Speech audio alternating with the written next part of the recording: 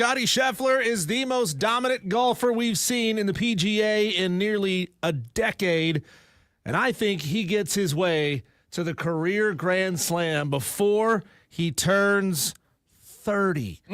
Woo! Big prediction to start the show. It's Wire to Wire with Diesel and Cole Bryson. You Tolos who have already turned it on. Awesome. 27 of you already watching on the stream on Facebook, Twitter, and YouTube. Now, for those of you, leave it on throughout the entire show today. That is your task every single day to Tolo here on the Fan Upstate. But wow, what a weekend at a course that just about all the biggest golfers were complaining how bad the conditions were. The PGA Championship, Cole, what a win for Scottie Scheffler. Par on Sunday, but still dominated the field. How about that? Yeah, we were worried on Thursday. We were worried on Friday when I was up there. We were talking about the leaderboard. You and I were looking at the leaderboard, and it was like, don't know him, don't know him. Oh, yeah, forget about him. Don't know him. Hadn't seen his name in 6 years. Don't know him. And what country is he from, right? That's just what it was. It was a leaderboard of parity, and it wasn't a great thing. However, Scottie Scheffler, I believe, stepped up in a big way and kind of saved us a little bit because, we like cool stories in sports, Diesel, but if Jonathan Vegas or however you say his first name, if Mr. Vegas won the PGA Championship, ooh-wee. Congratulations. I don't think the storylines today would be near as fun. Sounds more like a social media influencer than an elite-level golfer. But elite Scottie Scheffler was. He became the first golfer since 1983 to win his first 3 majors by 3 or more strokes. He also joins Jack Nicklaus and Tiger Woods as the only players since World War II to win 15 titles and 3 majors before turning 29. Charlie James from our sister station, WORD, walked into the studio here just a couple minutes before we went on the air and said, yeah, but it was kind of boring, right? I mean, he's not a flamboyant guy. If Scottie, there was that rumor that he wore the orange shirt in his practice round. What was that, Wednesday, I think, to kind of poke fun at what happened last year in Kentucky, getting arrested. I mean, if he were to take that sort of tact on the course throughout the weekend and be a little bit of a troublemaker, I think Scottie would catapult himself into another stratosphere from where he already is as a player. It's the society that we live in, Diesel. If he's a good person and he doesn't get into a lot of trouble, it's boring. But if it bleeds, it leads, right? That's how news works, and that's how we are as a society. Unfortunately, I will say this: while he may be a little bit boring as a person, his golf game's not. Like, insane. He is unbelievable. And I'll tell you this. I think what was most impressive for me watching Scottie this weekend is seeing his determination, seeing him just continue to grind and hack away at it, Diesel, because on Thursday and Friday he was still in the hunt, a few shots back, but he was having trouble with some mud balls. He was having some frustrations. And man, for him to have that type of determination, I love it. I love it for the game of golf because he truly is the best player on the planet in my mind, and it's really not even that close right now. Speaking of hacking away at it, and speaking of mud balls, I loved the fact that this course did not allow them to play preferred lie. I love that they made them push through the bad conditions and go out there and play on the kind of courses that we mere mortals have to play on week in and week out. I mean, the course was not in great condition. There's nothing you could do for torrential rain, 3 or 4 days before a big-time tournament. You can't dry the course out that fast. You simply can't. And I love this piece of audio, Cole. This is Shane Lowry, who I think this audio was from either Thursday or Friday. He embedded a ball into the fairway, and it was buried like a third of the way up the ball, stuck in the mud. And he takes one hack at this. You're going to hear him take 2 swings at this. The second one is not swinging at the ball. It's swinging at the hole that he just dug in the fairway. This was Shane Lowry getting frustrated over the conditions.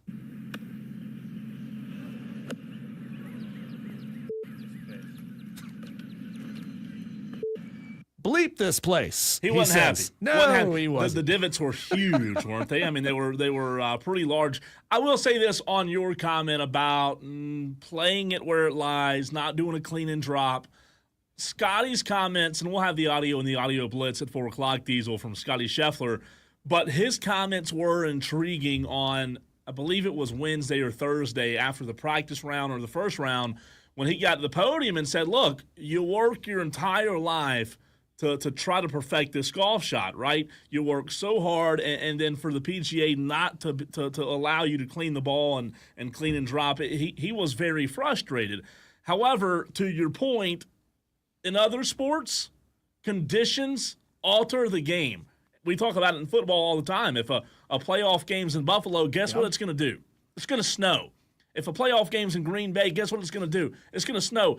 Aaron Rodgers, Diesel, grew up his entire life to try to throw a football perfectly. You know what he couldn't do? He couldn't throw a football perfectly in the pouring snow when it was 4 below. That's just part of sports. So I get what Scottie's saying, but dude, I mean, come on. It's sports. So I guess it begs the question, Tolos, and jump in. This is your first opportunity to participate on the show today. 844-FAN-PHONE is the call-in number. 844-326-3663 is the Hub City Spartanburgers text line. What kind of golf do we want to see in majors? I mean, this course was in rough shape this weekend. Rough shape for a major tournament, okay? It was rough shape for that is very different from rough shape when you and I go out and play a round of golf. Right. Do we want to see these players playing in pristine conditions on courses that they can dominate? You know, the guys that are the winners are out there shooting 20, 25 under because they've gone 6 under par every single day.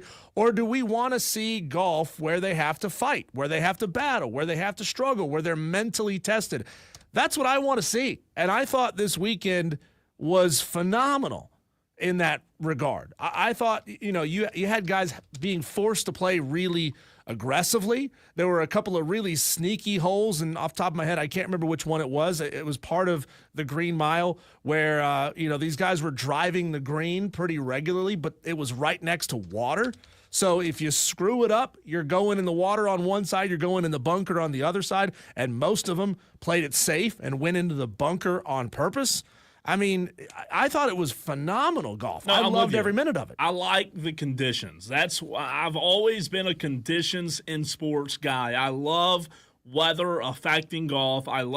Look, you cannot control Mother Nature. You can't control rain, Diesel. And Charlotte, last weekend, even up to Monday and Tuesday, got a lot of freaking rain in the upstate and in parts of North Carolina. It made the course very difficult. There were mud balls, not for everybody, just depending on where the ball landed. Some of Scottie's shots, literally, Diesel would land in the fairway, roll a little bit, and all of a sudden it'd be caked in mud. That just shows you how wet the course was. Now, I will say this. I'm with you. I love the conditions. My only criticism to Scottie would be, in July, you're going to go to Northern Ireland, a place you've played many, many times. Have you watched the British Open? Yeah. Diesel, I know you have. It's like that all the time. It's windy.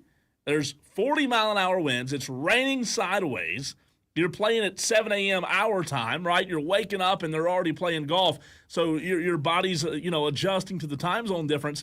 The British Open, or the Open now, it is literally in a weather hurry. I mean, it's just not great weather. So when you want pristine conditions on the golf course, like, okay, go inside and play it inside. Go play indoor putt-putt. I don't fall in line of, it needs to be perfect conditions all the time for these golfers so they can play their best. That's what you want. Go play TGL. Don't play on the PGA Go Tour. Topgolf. Yeah.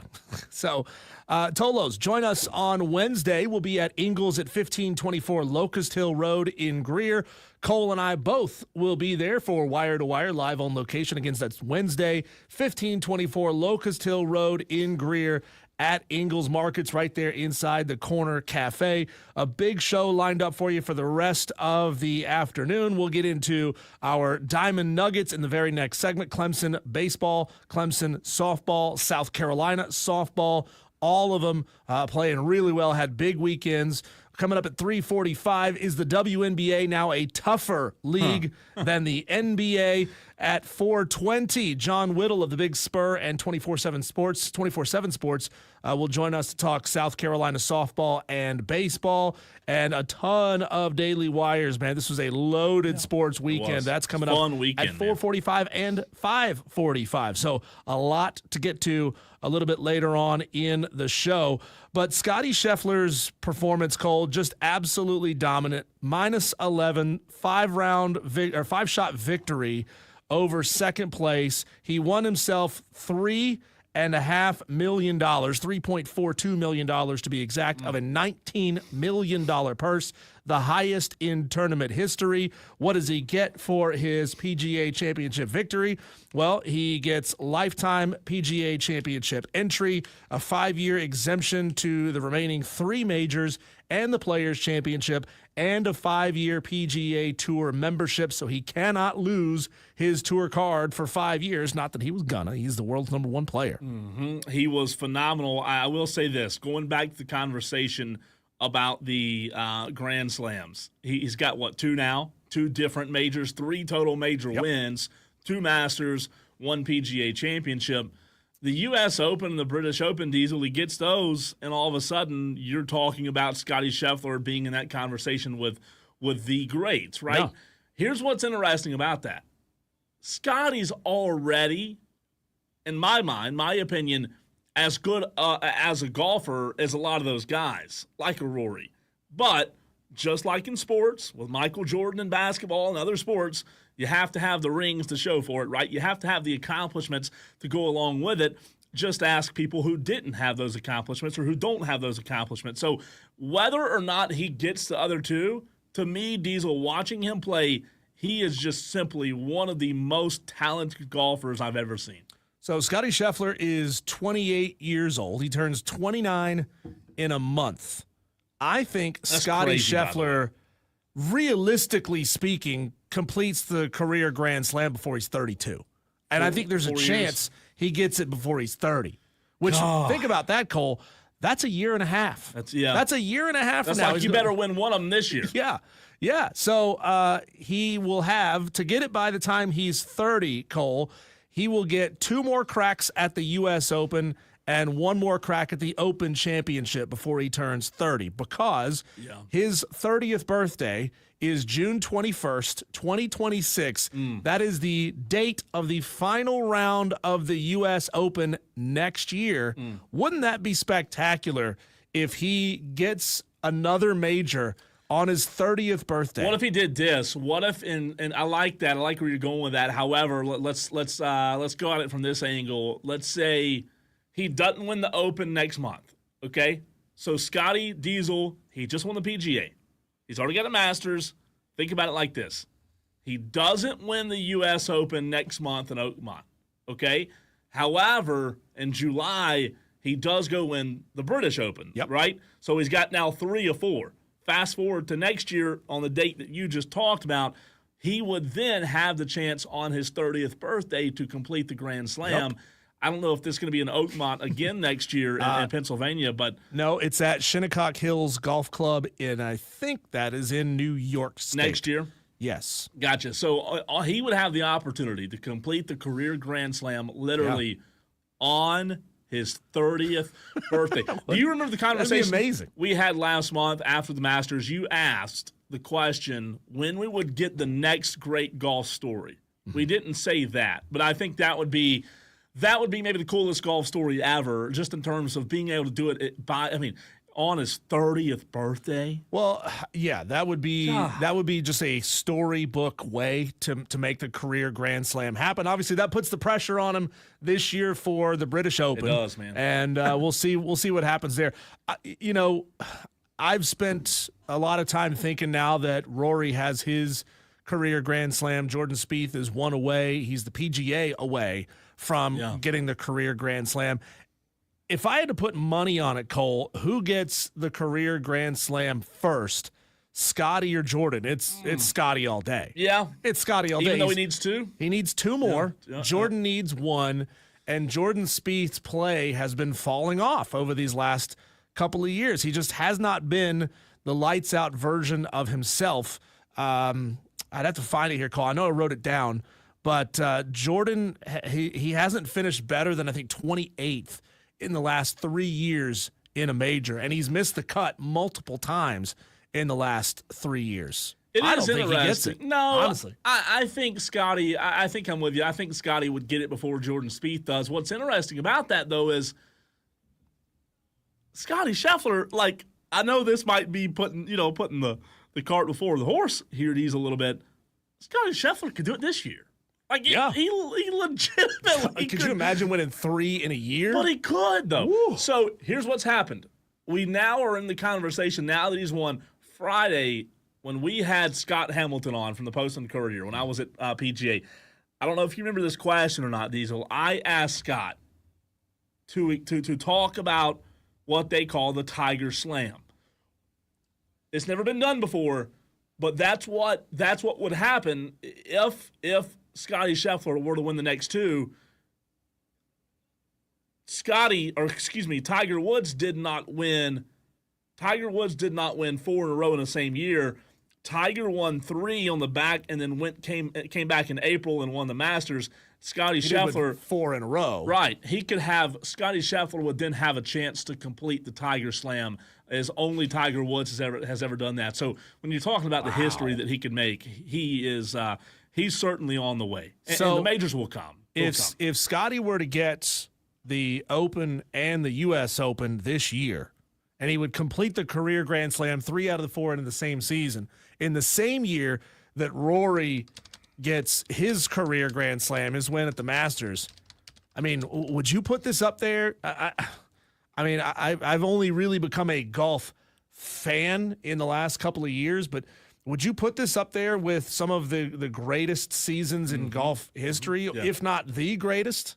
I mean, as far as storylines go. If he does that, if he goes on to win the next 2 majors, you're having the conversation of, like, is he better than Tiger? Mm-hmm. Yeah. Mm-hmm. I'm just telling you, man, like, no golfer's ever won all 4 in the same year. We all know that Tiger Woods will always sit at the top. We all know that. But I'm just saying, like, Scottie's so good, and Scottie has his head on straight. And if Scottie doesn't have a lull or a fall off, Diesel, think about it. He's, what'd you say, 28 years old 28. Right now? You think, 15 more years of golf, potentially? I'm just saying, like, I know Tiger's always going to be Tiger, but if Scottie Scheffler can continue to play at this level, which, by the way, is going to be very, very difficult, we could be having some difficult conversations in a few years. I'm not saying I'll ever put him against or above Tiger, but watching him play, he is as dominant at times as Tiger was. I mean, he's really, really good. So I know this is a very narrow stat to look at here. But we always talked about Tiger Woods just absolutely mauling the ball off of the tee, right? And I get it. Equipment changes over the years. Yeah. Nutrition changes over the years. But Tiger really was synonymous with taking his physical fitness to the next level to be a next-level golfer. And now pretty much all of them do it. Tiger Woods, in his longest average driving year, 2005, averaged 316 carry, and that was his longest. Now, you go back to 2000 through 2002, he was averaging right around 290, 295, 300 yards off the tee. Scottie Scheffler averages 305 off the tee. That's pretty impressive. So, I mean, you could say you might be able to, convince yourself, and this is kind of that, that Jordan-LeBron debate, the competitive nature of Tiger and crushing the ball the way that he did. Well, guess what? Career average, his average is less than Scottie Scheffler's. I mean, this dude's absolutely crushing the ball. I think he's one of the the best ball strikers the game of golf has ever seen. Just pure ball strikers. I mean, like, look, I want to get back to my Tiger comment. I don't think I'll ever put Scottie above Tiger. But when you talk about ball striking ability, oh my word. Scottie is just a pure – he's calm, Diesel. He has that calm demeanor, right? He's not really the rah-rah guy. We've talked about that. We know that he's not Tiger. Tiger won, 15 majors, something like that. Had a season with 9 wins in 2000. So Tiger's – he's in a stratosphere by himself. But when you talk about getting close, if somebody were to do it, it'd be Scottie Scheffler. Speaking of ball striking ability, here was one more time Shane Lowry and his ball striking at the PGA.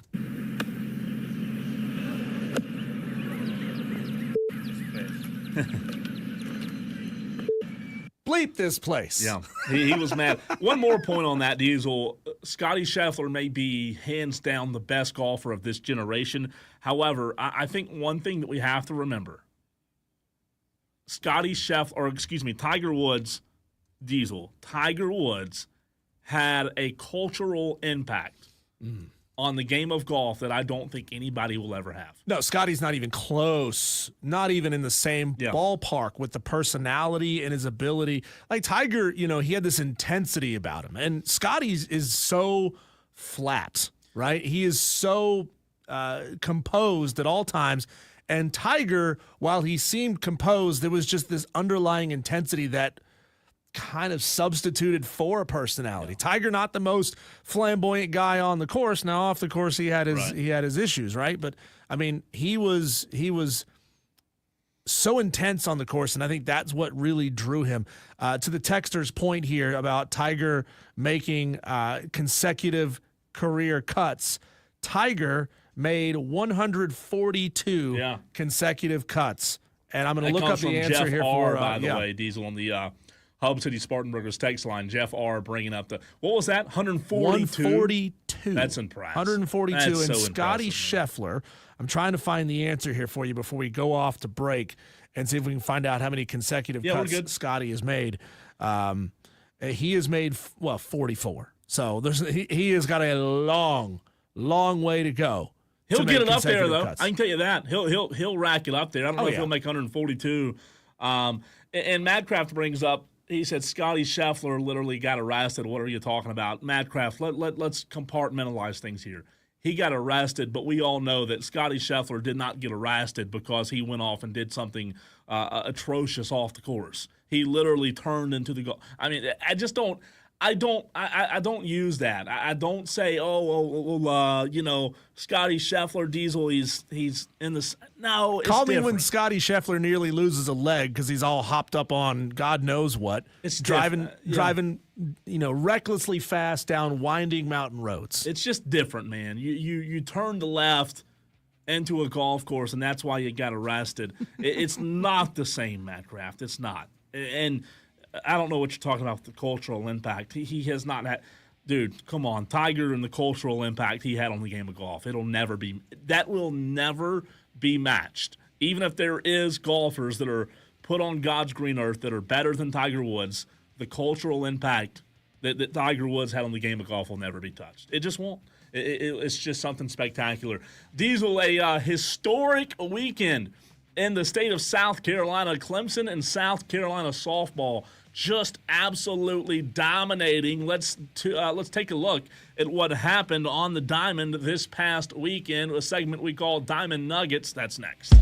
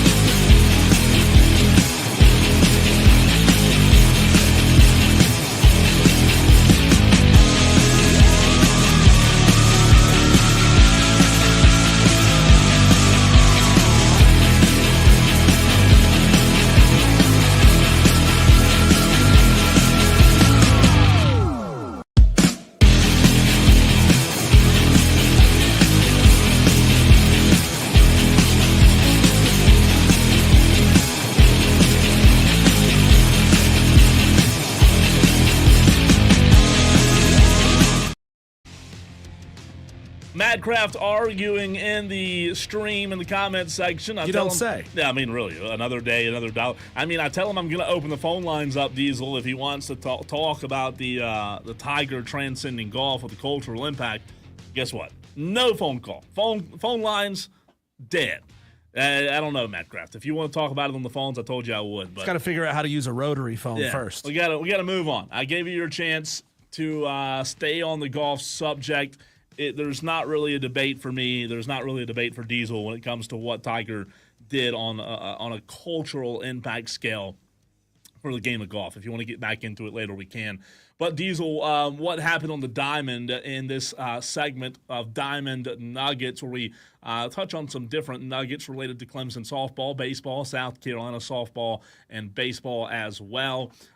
It was historic. I mean, I know it's softball. It's not talked about as much as baseball is, but what Clemson and South Carolina are both doing on the Diamond, you take Clemson softball, for example, they flat dominated their regional. You know how tough it is to win regional softball regional games, playoff games in general, Diesel. Clemson goes 3-0 to advance to the Super Regionals for the third time only in program history. Think about that. They waxed a good USC upstate team. They beat Northwestern 1-0 in a pitcher's duel, and then they beat Kentucky 5-1. The Tigers allowed just 3 runs in 3 games this weekend. Man, they've got something special going on in Clemson with the softball program. Yeah, you love to see a program kind of come from nothing. This is what can happen if you already have a strong culture of fans and support on your campus, and then you bring in a sport that is burgeoning. It's a lesson in starting a sport at exactly the right time and do it in exactly the right way.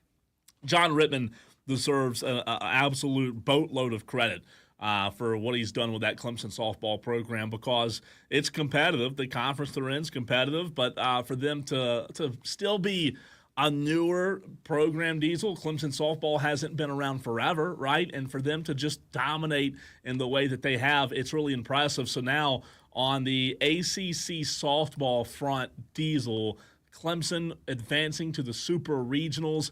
You know, we tossed around the idea possibly of them being able to play South Carolina in the Super Regionals this weekend. However, they are on the road in Texas. I put some links on the rundown. Those were the wrong links, so don't click those. But what kind of links did you put on the rundown? If I'm not supposed to click the links. No, they're ACC tournament links. I didn't put the Super Regional links on there. I put the wrong links. My apologies. But Clemson softball now headed west to Texas. As I said a minute ago, I believe it was Friday when we were talking to our guest on the show about Clemson and South Carolina softball and the possibility of them matching up in the Super Regional. That did not happen. Clemson is on the road in Texas to take on the Longhorns, best of 3 this weekend, Diesel, in Austin. It is the NCAA Super Regionals. You've got Thursday, May 22nd, Clemson and Texas taking the first game on Thursday night at 9 o'clock our time. That'll be 8 o'clock their time out in Austin, and then again on Friday. So Clemson, Texas, I'll tell you what, they dominated their regional, but for them to advance to the World Series, it's going to be tough to go out to Texas on the road. That would be super impressive. Yeah, they got some work cut out for them on the road against a really tough team from an opponent that has had to face a gauntlet all season long. And to be fair, I don't know a ton about ACC softball as it stands. I mean, I know there's some good teams in the ACC, but this is going to be a different kind of test. It's going to be tough. Going on the road, it's going to be a really tough environment. Look, Clemson softball, they're super, super talented, so not saying they can't go do it, but it's going to be tough on the road. On the other side of the coin, Diesel, South Carolina softball, we had Ashley Chastain-Woodard on the show last week. They absolutely dominated their regional as well. Friday, they beat Elon 5-2. Saturday and Sunday, they took care of North Florida. And think about this. Diesel, North Florida never scored a run on South Carolina. 3-0 the first game on Saturday, 8-0 in 5. Run ruled them on Sunday. South Carolina softball, man, it's fun to have 2 in-state programs that are as dominant as they are, they're advancing to the Super Regional as well. However, Diesel, the Gamecocks, not having to travel at all. Yeah. UCLA, think about this.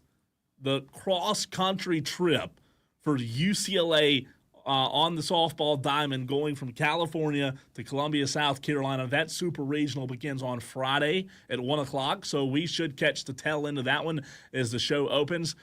Best of three in Columbia, UCLA versus South Carolina. I love a best of three series, Diesel, possibly before South Carolina goes on to win or to play in the Women's College World Series in Oklahoma. Yeah, I'm excited to talk to John Whittle of the Big Spur coming up at 4:20. Yeah. He also works for 24/7 Sports, covering South Carolina softball and baseball. Look, neither one of these teams are the kinds of teams that will go out there and put out 15 runs a game. I mean, South Carolina has done it a few times, but most of the time it was against midweek type of opponents. They're not the highest flying kind of offense, and neither is UCLA. This is going to be a defensive series. I don't think any of these games are going to be won with scores over about 9 or 10. I think we're going to see 8-6 kind of games, 8-5, 8-6. JD says on the YouTube stream, I will admit I'm concerned. UCLA's been notorious good in softball. Can the Gamecocks make it to the College World Series? Well, there's only one way to do it. It's knock down the good ones, right? You have to in order to get to the College World Series, you got to take out the greats. And while UCLA's been dominant in softball, South Carolina's really good as well. I mean, they've got some players on that team. It's going to be tough. It's going to be tough for Clemson and South Carolina. I mean, it's like we're talking about these super regionals, Diesel. It's tough for everybody. Yeah, you don't play. You eliminate the South Floridas and the Elons of the world. They're gone. Congratulations. Thanks for showing up. Yeah. You had yourselves a good year.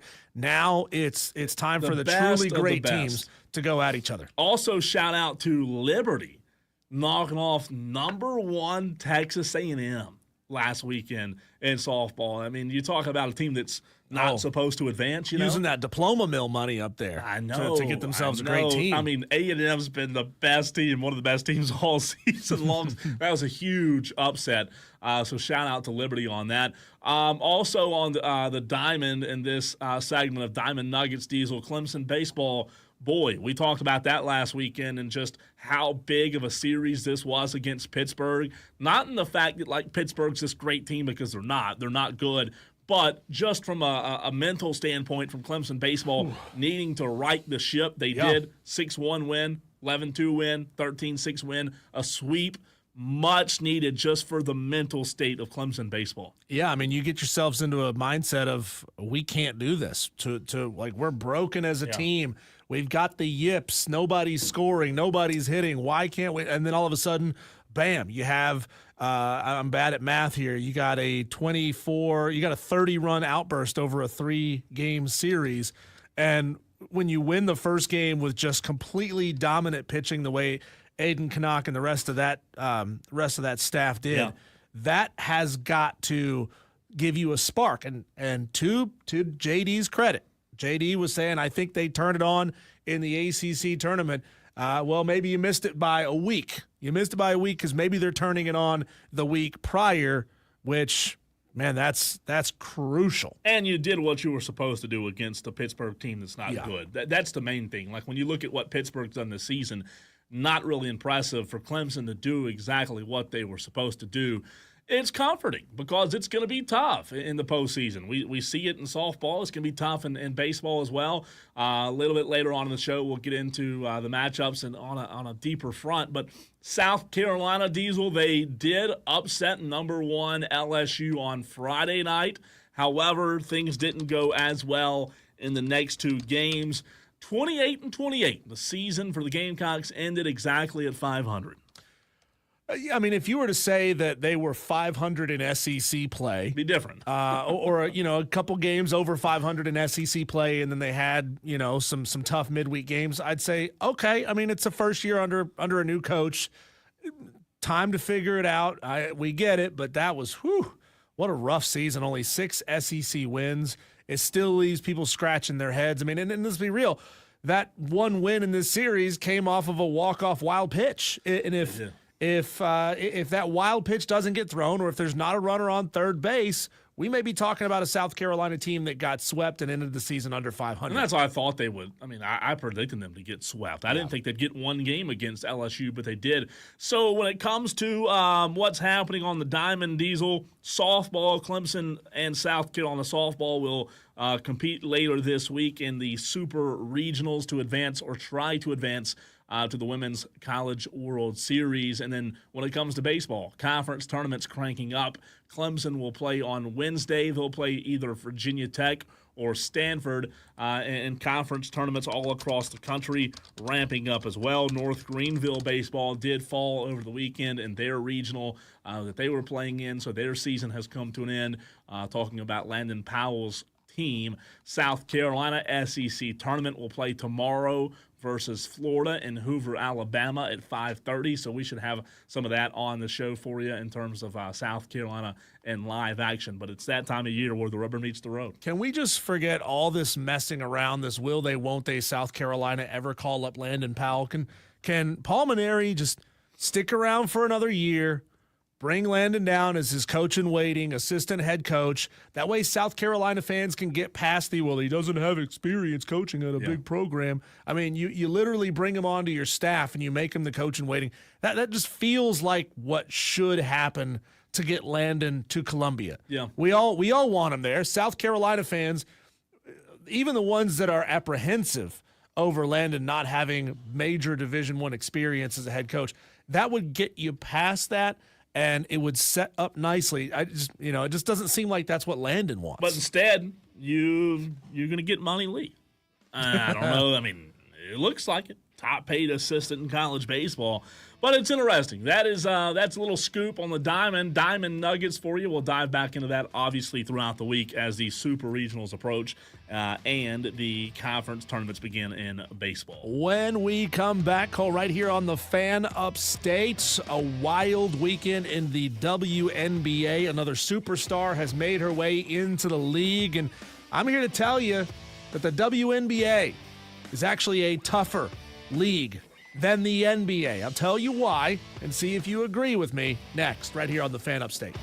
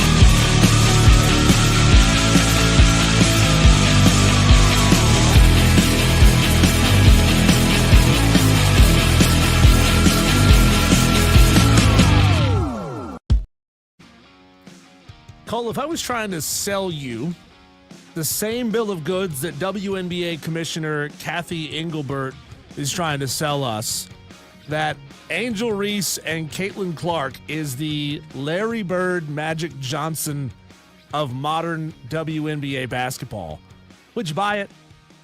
Well, given the fact that WNBA basketball has never had anything similar to this, I mean, maybe.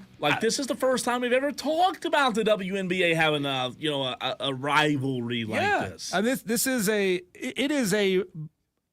burgeoning rivalry, but to call it Bird Magic, which those two guys were legends for decades and went at each other for years, to try to compare that to two second-year players in the WNBA, a smidge. I think people are just doing that because one was white and one was black. I really do. Really? Yeah, because there's been a million rivalries over the course of time, Diesel. But guess what?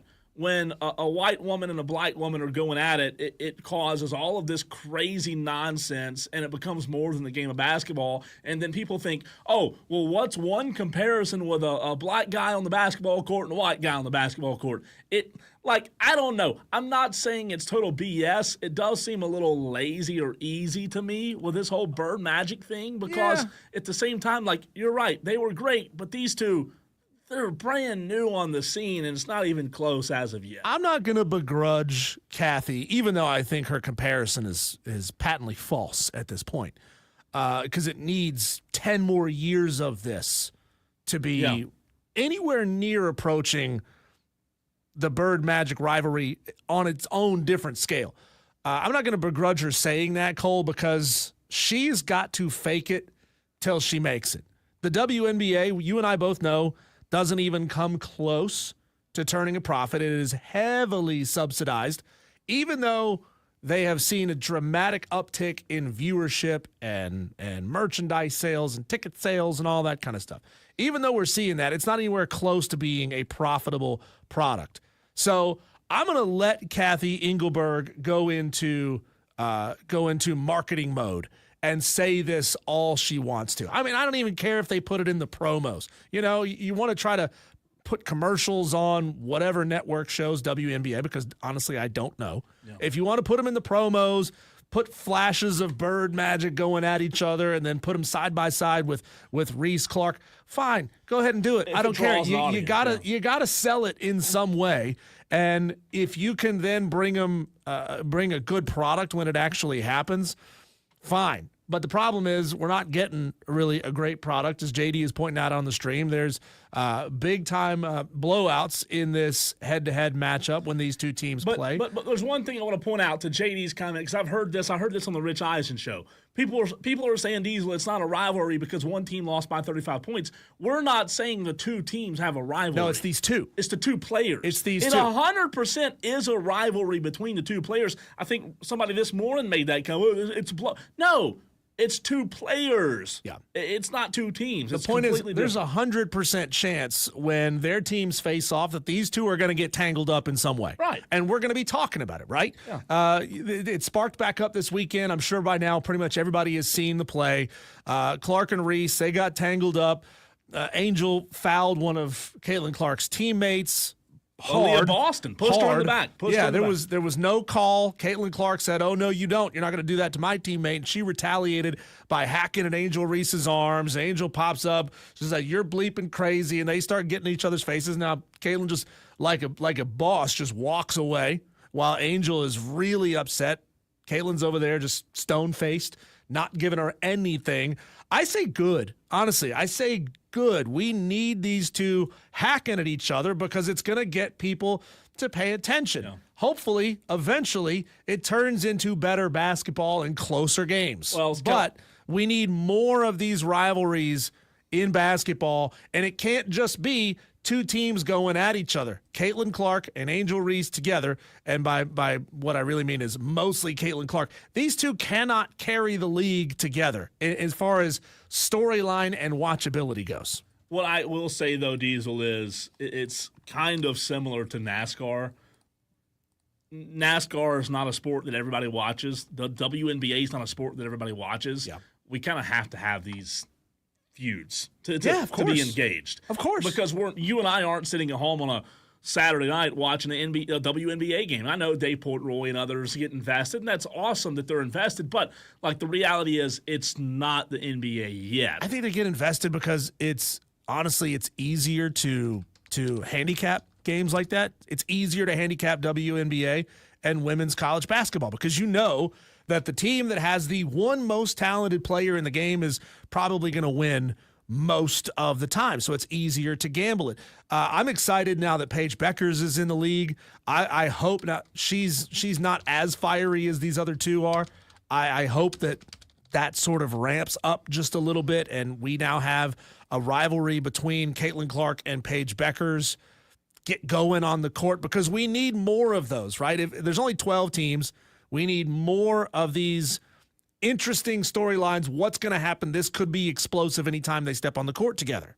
You know, what I do find interesting, what I don't like about this, I do want to reiterate. I do like the fact that even though this is, I want to be very clear, even though this is not great for society when things like this happen, Diesel, because idiots out there bring racism into the conversation. It's not great that we're having to go there. However, for the game of the WNBA, rivalries, players not liking each other, that's great for the game. I want to be very clear.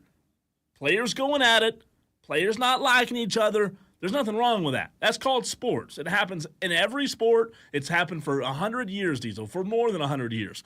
But when people make this more than what it is, that's where I kind of have a problem with it. It's two players we've seen in the NBA, Diesel, over the course of 100 years, players who hate each other go at it, but just because this is a white versus a black, it's turned into a stupid race conversation when it shouldn't be. It's competitors getting after it. It's competition. That's what we're supposed to have. But people, for whatever reason, can't handle that. And that ultimately lends me to my true point here is that the WNBA, if people tune in, even if they just tune in for the spectacle of it and actually watch the games, they're going to see that this is a harder-nosed brand of basketball than the NBA. You know, the threshold for drawing fouls is higher. You actually have to hit somebody or hack somebody to get a foul called in the WNBA. In the NBA, if you tweet about a guy, it's a common foul. If you mention him on a podcast without saying, I respect his game, it goes down as a flagrant foul. Like, it's so weak sauce the way the NBA is played. The WNBA, they're actually out there beating and banging and hitting each other.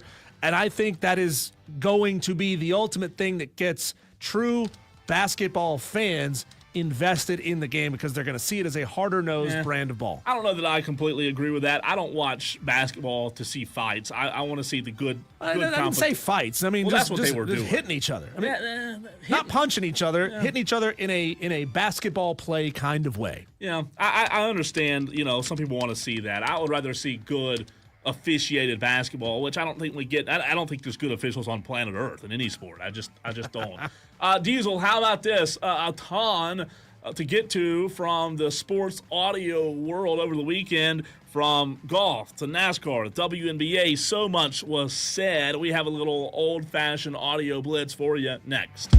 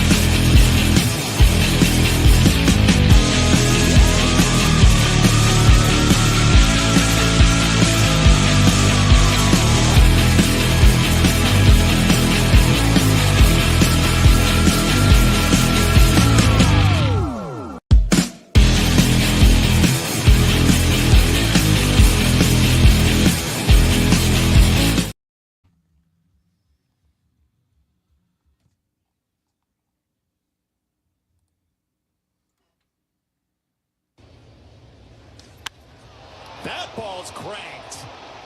Way out of here. Literally.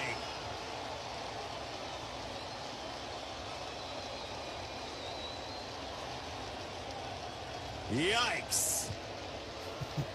Marcelo Zuna Diesel making the announcers say yikes. Too high. Too high and too far. The Braves got 2 of 3. Should have gotten 3 of 3, but they let one get away late on, was it Saturday night, against the Boston Red Sox. But a lot of audio for you in this very segment, we call it. Others across the country, other shows call it the Audio Blitz. And we're going to hit you with some of the best audio. Today's edition, as you can imagine, Diesel, is very Scottie Scheffler heavy. I don't know if you know this or not. Scottie Scheffler won another major yesterday. Did you know that? Yeah, he's a solid golfer, you know? Pretty good golfer. He won the PGA Championship. We started the show with it. His third major, 2 in Augusta. Now the PGA, he needs both opens, if you will. I think if I tried to play Scottie Scheffler in a round of golf, he would have to spot me 25, 30. 30. Yeah. 30, and I think he'd still beat me.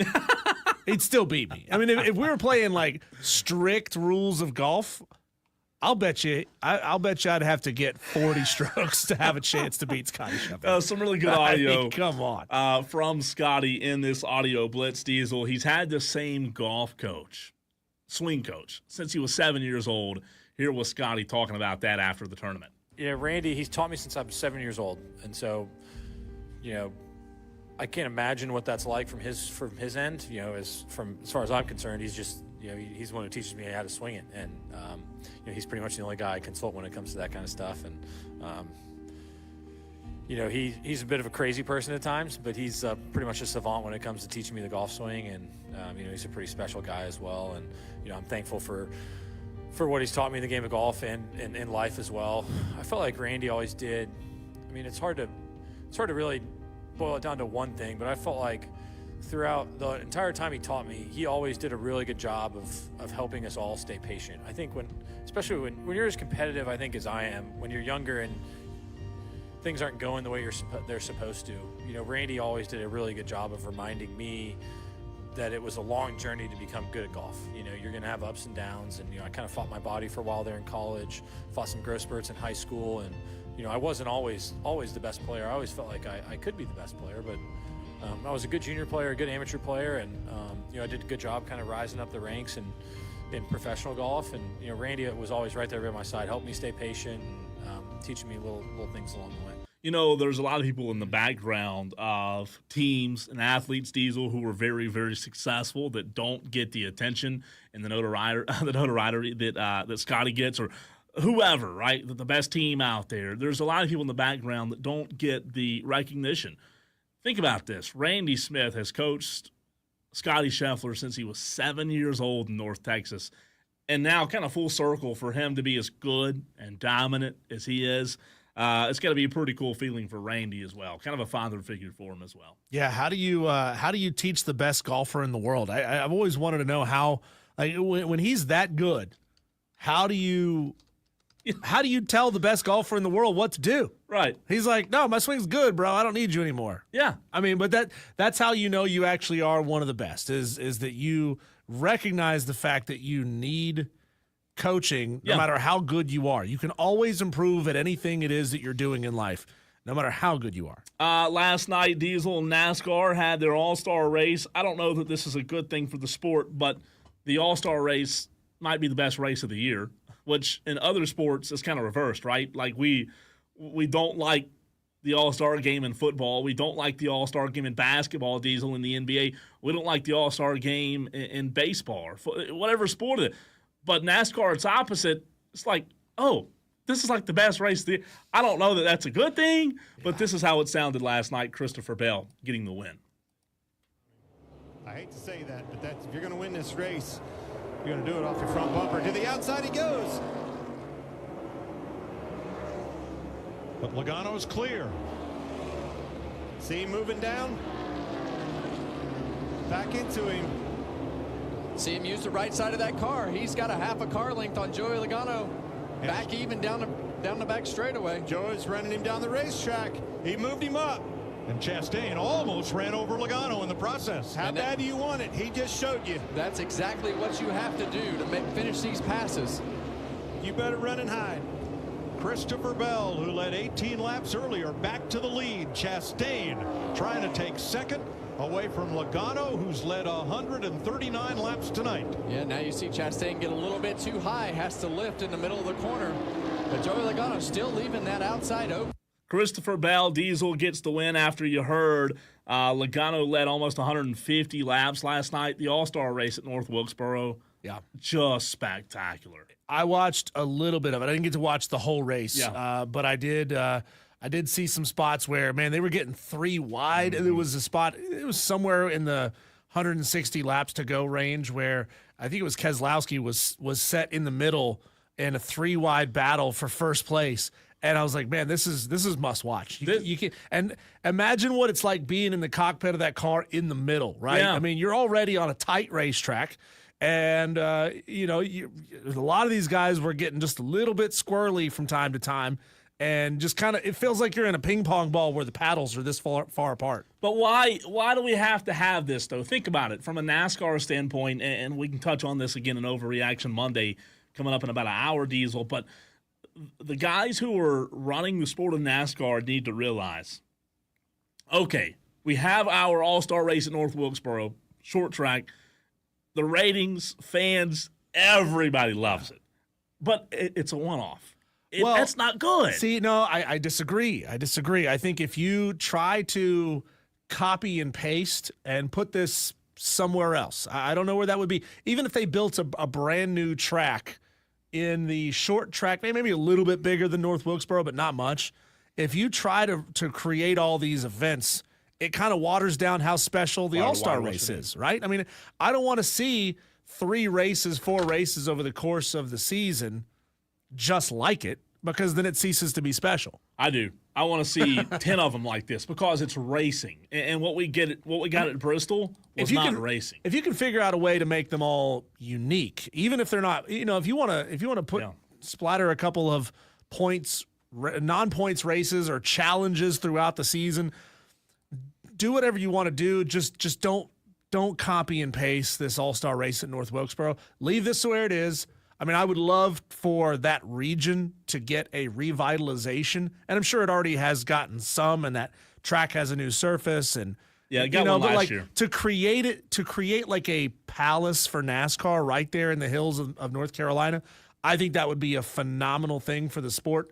But I don't want to see one of these somehow planted down in Mississippi and another one planted up in Virginia and another one out there in Tennessee. I don't want to see that. I'm not saying this one being special. I don't want to see them planted everywhere. I just think from a racing standpoint, what you get the other weeks of the year's crap product. It's crap television. And then you get this, and it's like, this is racing. This is what racing's supposed to be.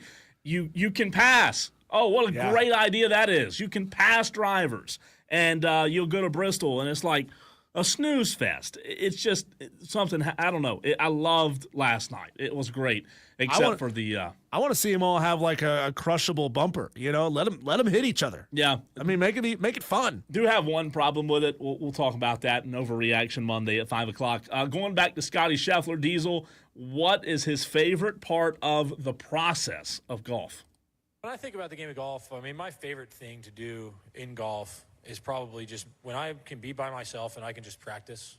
It's one of the most fun things for me. It's so peaceful, and I love the pursuit of trying to figure something out. That's what I love about this game, and I feel like you're always battling yourself, and you're always trying to figure things out, and you're never going to perfect it. And I can be kind of a crazy person sometimes when it comes to putting my mind to something. And in golf, there's always something you can figure out. There's always something you can do better, and it's a great challenge, and it's a lot of fun. A great challenge for like the best golfer out there. I think that's what makes it so unique. Like that's what makes this conversation so awesome about what Scottie's done, because he still does look at it as a challenge.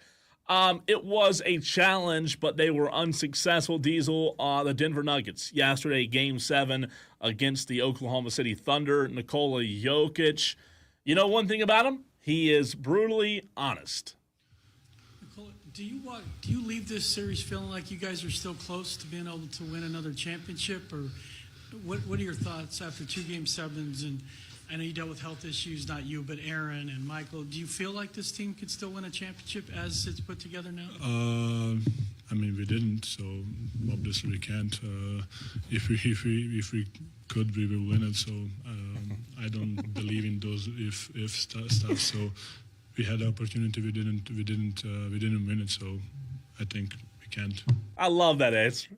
Hey, Nicola, do you think if you did the same thing again and again and again and again and got the same results that it makes you insane, or would you rather just change something and give yourself a better chance to win? I just like the brutal. Stupid question. I like the honesty. I really do. I like the honesty. Do you think we can win what we didn't?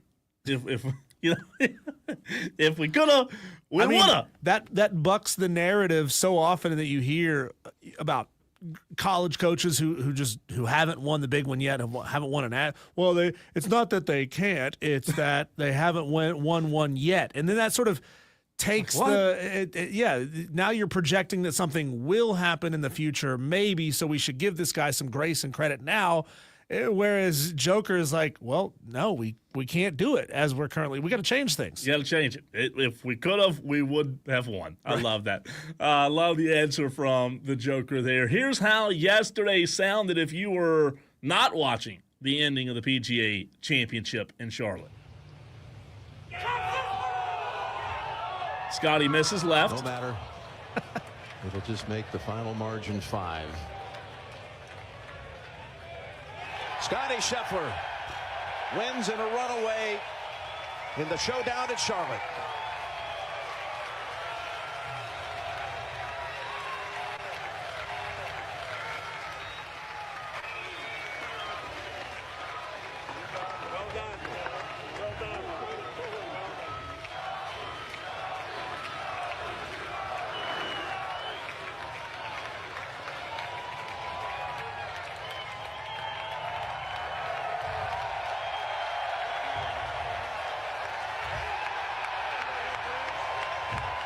I will say, Diesel, the hat throw where he kind of played it cool at first and then threw his hat down. I love that. I mean, I was just thinking, Cole, after he finally walked off the green on 18, I was like, how far are they going to make him walk before he gets to his car? Because he and his wife and his toddler, it felt like they had to walk a mile. It's like they were walking all the way to Huntersville just to get to the clubhouse or the interview room, whatever it was. I'm like, come on, man. Can't you bring these things a little closer together? And I will say this. We were having this conversation Friday as to the PGA Championship not having the pizzazz. The pizzazz, the star that other majors do. I think, in my opinion, I don't think it's Valhalla's fault. I don't think it's Quail Hollow's fault. I think they need to decide on a location and stick with it. I really do. Yeah. I don't think rotating the PGA Championship allows you to have that consistency and excitement. If you want to be Charlotte, that's fine. Great. Quail Hollow Diesel's a beautiful freaking course. Valhalla's a beautiful course, but I just wonder if they picked Charlotte regularly or if they just rotated it between 3 courses, 2 or 3 courses. Charlotte or Valhalla every year. Would you say, okay, well, we don't really want Pinehurst in the U.S. Open anymore because you'd have 2 majors in the same state, and I get it. I don't want that to happen either. I don't either. And I think the answer to that is where it's being played this year at Oakmont in Pennsylvania. Yeah. I mean, you find a prettier course in America than Oakmont, you're not going to. So, like Oakmont, everybody will see in a couple of months that tournament's going to be incredible. I agree with you. I don't love having 2 in the same state, but maybe you rotate the one year that it's at Oakmont, the PGA's in Charlotte, and then the one year that it's at Pinehurst, the PGA's in Louisville, right? I mean, why not have a major in the Northeast, a major in the Mid-South, and then the Players is at TPC of Sawgrass. Mm-hmm. So you have the quote-unquote 5th major in Florida. You'd have 3 if you wanted to rotate it between a couple of different courses, fine, go for it. But have just sort of identify each major by generally where it's placed in the country instead of rotating all over the place. Yeah. Here was Scottie's frustration with the mud balls. Situation in which it would be the least likely difference in playing it up because most of the lies you get out here are all really good. And so I understand how a golf purist would be like, oh, play it as it lies, but I don't think they understand what it's like literally working your entire life to learn how to hit a golf ball and control it and hit shots and control distance. And all of a sudden, due to a rules decision, that is completely taken away from us just by chance. Yeah. They all played in the same conditions. Yeah. Again, what's interesting about that, Diesel, if you watched early in the tournament, Scottie's tee shots would land in the fairway. The ball would roll and be caked with mud. Yeah. The next golfer, it'd land in the fairway and no mud. Like some of the golfers weren't bothered by it at all. Like, so I don't know. Have you ever listened to the clips of like Phil, especially because I've heard Phil do it, talk about his thought process of the game? And so he'll talk about a shot. He'll say, here's how it lies. Here's how the grass is. Here's the type of grass it is. Here's the direction that the grain is going. I mean, all of those things affect the way a ball rolls. I think you brought it up last week. There's machines that will roll a golf ball on the green. Yeah. And they're lining every single one of them up exactly the same way, and there's a spread of where it goes. Yep. I mean, you can't set up everything to be perfect every single time. You can certainly hope for ideal conditions, but you still have to play the ball as it lies. And I mean, it feels like a little bit of complaining. It does. Scott. I don't want that out of you, man. I want to see you battle the course. It goes back to what I said earlier in the first segment, Diesel. Tom Brady is, and will be the best ever, the GOAT of throwing a football. Tom Brady played in some not so ideal conditions. I don't know if you know this or not, but New England, not the best weather year round, right? Like it's just part of it. Tom Brady could throw a football better than he worked his whole life to throw the foot, but that would be a fascinating bit of research to do over the course of the NFL.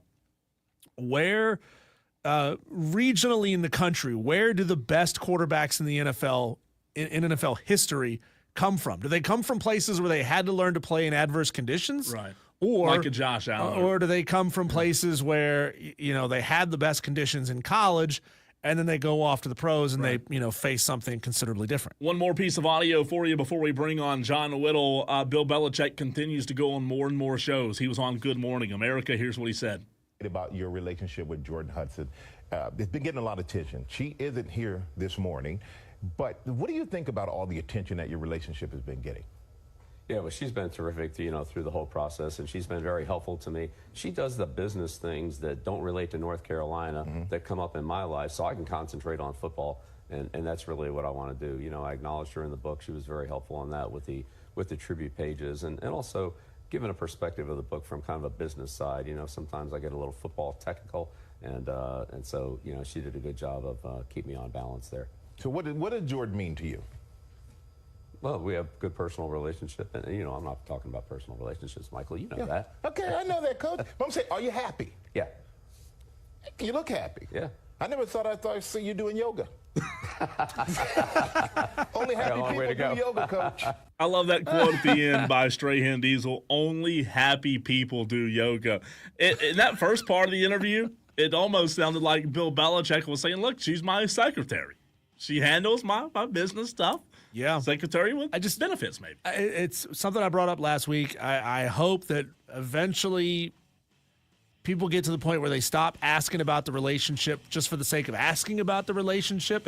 And because I don't want to push Bill Belichick back to the place where he is like giving ornery, upset, pissed off answers. I don't want that Bill Belichick. This Bill Belichick is fun, and he's a wealth of knowledge, and I don't want to push him back into his cave. When we come back, Cole, let's go to the expert. Let's talk to John Whittle of the Big Spur and 24/7 Sports about Gamecock softball and baseball. John, going to join us next right here on The Fan Upstate.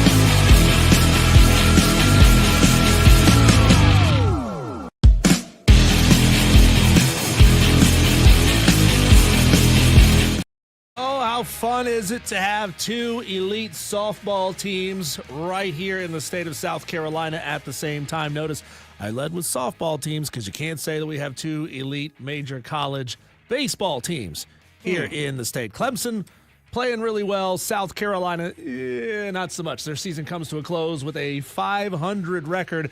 To talk about both the South Carolina Gamecocks baseball and softball teams, we bring on John Whittle of the Big Spur and 24/7 Sports. Welcome to the show, John. It's been a while since we've had the chance to talk to you. Let's go ahead and get the bad news out of the way. South Carolina, 500 on the season. Not a whole lot to look forward to going into the offseason and going into next year. But I wonder, from somebody who has been intimately involved in watching this program with a close eye, what nuggets can Paul point to and say, this is what we did fairly well this year? And these are guys that we definitely need to bring back to nurture those nuggets. Well, this is going to be a really short segment if you want to know what went right.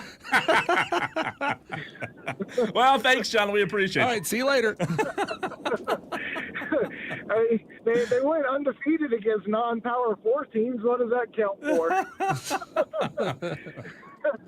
First time since 2004 that's happened. That's something that you can hang your hat on.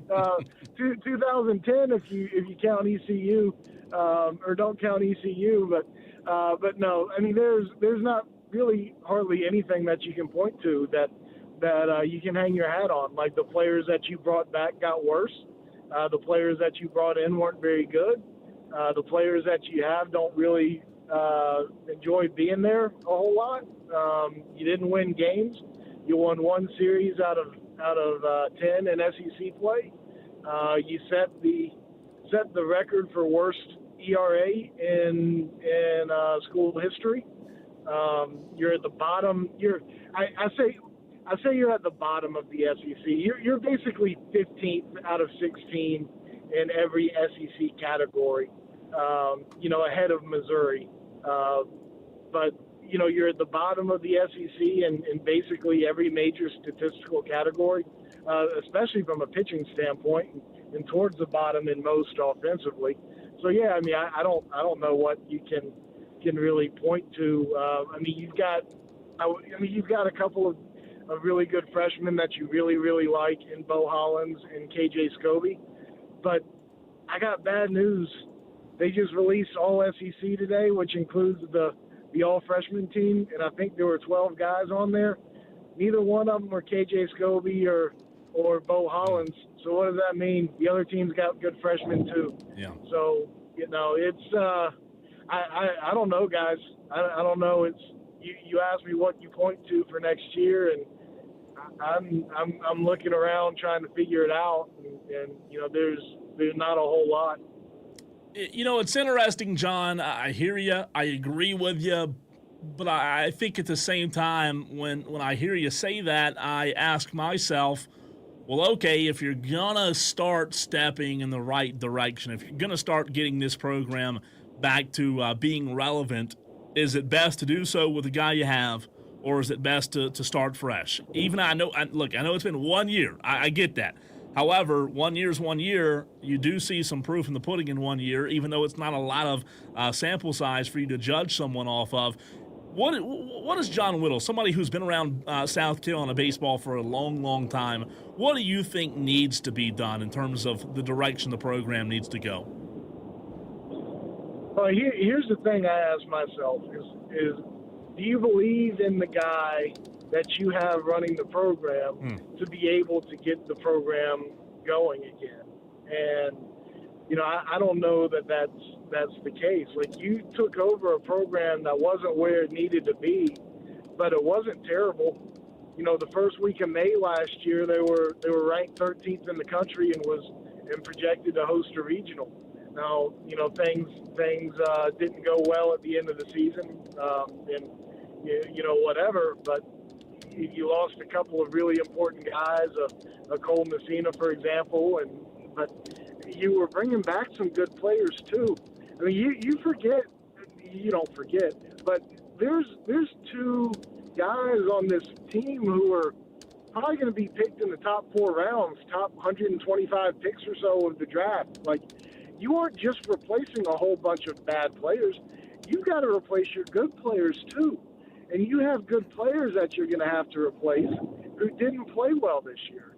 So, it's to me, you've got to look at, do I think that this guy is the guy to lead the program? I look back at last year and where this team was and say it's way off. And then I look at players from last year to this year. You can make a case for 1 or 2 guys who have gotten better from last year to this year. Most of the guys have gotten worse. Some have stayed about the same, but most of them from a production standpoint are worse this year than they were last year. To me, that points to what they've got going on from a leadership standpoint. And Ethan Petrie's numbers are worse. Kennedy Jones's numbers were worse. Blake Jackson's numbers were worse. Dylan Eskew's numbers were worse. Matthew Becker, you just rattle off the names. They're all worse this year than last year. What happened? John, would it be fair, and I just had this comparison pop into my brain, would it be fair to call Paul Mainieri the Lou Holtz of South Carolina baseball? I mean, before Lou came in, Brad Scott, Sparky Woods, Joe Morrison, just years and years and years of 500 football or sub 500 football. And I get that Lou didn't have the strongest win-loss record at South Carolina either, but I think he brought in some stability, and he brought in at least the name recognition to people say, oh, well, if they can get Lou Holtz, this is a program to take seriously. Would you say that that's a fair comparison for who Paul Mainieri is, especially considering just the kind of middling nature of the Holbrook and the Mark Kingston eras? Well, I think you hope that you hope that Mainieri ends up being similar, because Lou Holtz obviously went over, and then then turned the thing around, and Mainieri is basically done it over. And maybe he can turn it around, but that's maybe what you hope. But Lou Holtz took over a program that was in worse shape than what Paul Mainieri did. I mean, this team went to a regional last year, went to a super regional the year before. Like the problems with Holbrook and Kingston were they had some really low lows, and they weren't able to achieve the really high highs. I mean, they didn't bottom out like this, but they dropped the bar. And I don't know if Mainieri's a guy who can raise that bar back.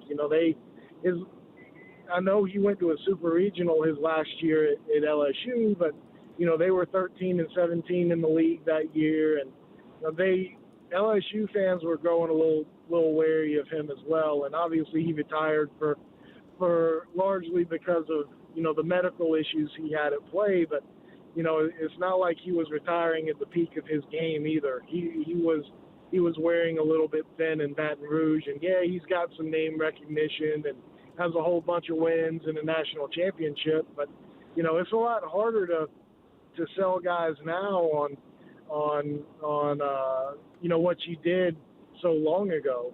I know Lou had a lot of accolades, just like Paul does, but these guys want to come in and win and compete. And when you go to a football program, you're going for at least 3 years, and when back in those days you were going for 4 and oftentimes 5 years. Like these guys the guys who can try to resurrect your program in a year or even 2 years, like they're pretty much coming in for 1 year or 2 years. They're coming through the transfer portal and don't have a whole heck of a lot of time left. So they're not looking to come in and build something like Lou Holtz was. They're looking to come in and get paid a little bit and try to win a championship. And when you go 6-24 in the league, you're so far off that it's going to be a really tough sell. And it's hard for me to believe that it's going to be turned around overnight. Yeah. And, John, before we transition to softball, just your thoughts on where we are on May 19th. Paul Mainieri brought back next year? I think so. Yeah. I think so. It's going to take a shift in thinking. I think there's the two main elements at play are, do you really want to fire a coach after the first year? Like, he didn't even have an opportunity to recruit the entire summer. He didn't even have a full year of recruiting before he had his team. And do you really want to be the program that fires a guy after a year? And then there's that whole buyout thing. Maneri's got a $5.2 million buyout himself, over the rest of the contract. And when you look at his two primary assistant coaches, they combined to have a $2 million worth of buyout. So you're looking at $7.2 million for a sport that, loses money. And, it's I don't think that I don't think a change is made this year. I think they're going to give him another year to turn it around. But, there's constituents that, within the baseball program and outside of it that I'm sure Jeremiah Donati is going to want to talk to and hear from once the season is complete. Maybe that changes his mind. But I think as we sit here today on May 19th, the current plan is to bring him back. Talking to John Whittle of the Big Spur. Find him on Twitter at John M. Whittle. Lied to you. One more baseball question here. Over the course of the season, how did the feel inside of Founders Park change? Was there especially late in the season, was there a chippiness among fans? Was there booing, yelling at the coaches on the field? Did fans just not show up? I mean, South Carolina fans are loyal to a T. We see it with football, even prior to these couple years where football has made its uptick, that Gamecock fans show up even when the team isn't playing lights out ball. So what was it like in Founders Park from the beginning of the season to the end? Yeah, I mean, I don't think it was crazy chippy towards anybody. You hear some one-liners every so often, and you hear grumbles, especially when the fans don't feel like the pitching coach made the call or made the call too late to go to the next pitcher. I mean, you hear a little bit of that, but nothing crazy. I mean, I think you just saw people showing their displeasure by not showing up. I mean, it was literally a 50-50 crowd this past weekend between South Carolina and LSU fans, and it was about 50% full. So that's how the fans spoke this year. And when I've noticed over the years that if you lose that series against Clemson, that third weekend of the year, you basically got to win your average fan back. Yeah. Like most your diehards will continue to show up. Your average fan will be a little bit passive, if you lose that Clemson series until you get into SEC play and show that you can start winning some. And obviously they got into SEC play, and that opening weekend was decent, not great, but decent when Oklahoma came to town, and then you blow that series, and then you get whipped, the next couple of weekends, and then folks, you just never won the fans back, and that was certainly the case this year, and when you lose games by 15 and 20 runs, like you just get the people, and people didn't show. John, on the other side of the coin, on the diamond, South Carolina softball has had a terrific season under first-year coach Ashley Chastain Woodard. You just couldn't have asked for things to go more swimmingly in her first season. We know that South Carolina is one of the best teams, but as we discussed earlier, when you talk about super regionals, it's the best of the best. It's the cream of the crop. In your mind, is South Carolina softball one of the final few teams remaining when it's all said and done, with UCLA coming to town this weekend? Yeah, that's a great question. I mean, obviously, one's the 8 national seed, one is the 9 national seed. So you're splitting hairs, at least what the committee thinks in terms of who's better. Those two teams plus LSU were kind of a toss-up for that last national seed spot, and South Carolina won out and is obviously going to have a a tremendous advantage by being able to not only play at home, but not having to fly all the way across the country to play. So, I think South Carolina has a little bit of an advantage, but at the same time, like, UCLA is good. I mean, they're 52-10. You've played 62 games and only lost 10 times. Like, you're not used to losing.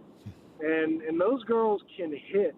Like, South Carolina scored 16 runs over their 3 regional wins. UCLA scored, I think it was 33. I mean, they were whipping teams out there. They have 2 girls who have combined to have more home runs than the entire South Carolina team. South Carolina's whole team has 42. They got 2 girls who have combined to go for 47. One's got 25. One's got 22. Like, they hit for 330 something as a team. Like, the girls can play. It's going to be a real challenge this weekend for South Carolina. South Carolina's built on pitching and defense, and we saw that this weekend, right? Like, they do a good job of hanging around and winning games at the end. And it's going to be tough this weekend. I wouldn't bet against South Carolina. At the same time, this UCLA team's so good. Like, it's going to take a real special weekend for the Gamecocks to advance to Oklahoma City. John, does it feel like South Carolina softball fans truly have, tentpole expectations for this program? Or is it just we're all Gamecock fans in general, and this is the most exciting thing happening right now? I mean, is there a chance in your mind that this program truly becomes a monolith on campus the way that basketball has? Well, I mean, South Carolina's never had softball fans before.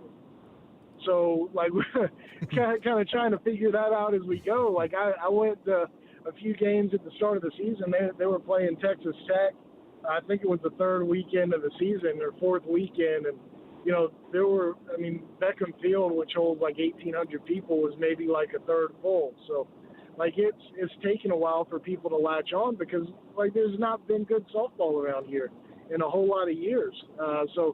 But, I do think that softball is a sport that folks can latch on to. Like, it's pretty quick. I mean, you're talking 2 hours, 2 hour and 15-minute games usually. It's fast-paced, like, and it's relatively exciting. Like, I think you can grow that fan base. I don't know that it's going to always sell out Beckham Field and be like that, but I think you can grow the fan base here. You see across the SEC that softball fan bases are really good, and it's an important sport in the league. So I can certainly see South Carolina folks latching on. John, as we let you go in 60 seconds or so, your reaction to news today about former Gamecocks catcher and current North Greenville coach Landon Powell being inducted into the South Carolina Athletic Hall of Fame with South Carolina Gamecock baseball. Oh, I thought you were going to ask me about the peace deal that are between Ukraine and Russia. That's tomorrow. That's tomorrow. Those talks that are about to start up. But no, Landon's awesome. Landon's awesome. I'm so happy for him. He's done such a tremendous job. Obviously he's being recognized for what he's done across baseball over the years. But he's done tremendous work at North Greenville. But he's one of what is it, 14 guys who have caught a perfect game before in the MLB. Like, he's contributed so much to all of baseball. He's contributed so much to the state of South Carolina, and I'm sure the city up there. So I'm thrilled for him. He's such a wonderful man, wonderful family. Really happy for anything positive for him that goes his way. He's tremendous. John, you're the best. We appreciate you, man. We'll talk to you soon. Absolutely appreciate you guys having me. Thanks, John. John Whittle, the Big Spur, 247 Sports, a fantastic Gamecock conversation, Diesel. A lot of Daily Wires, so many. We have two Daily Wires segments today. Part 1 is next.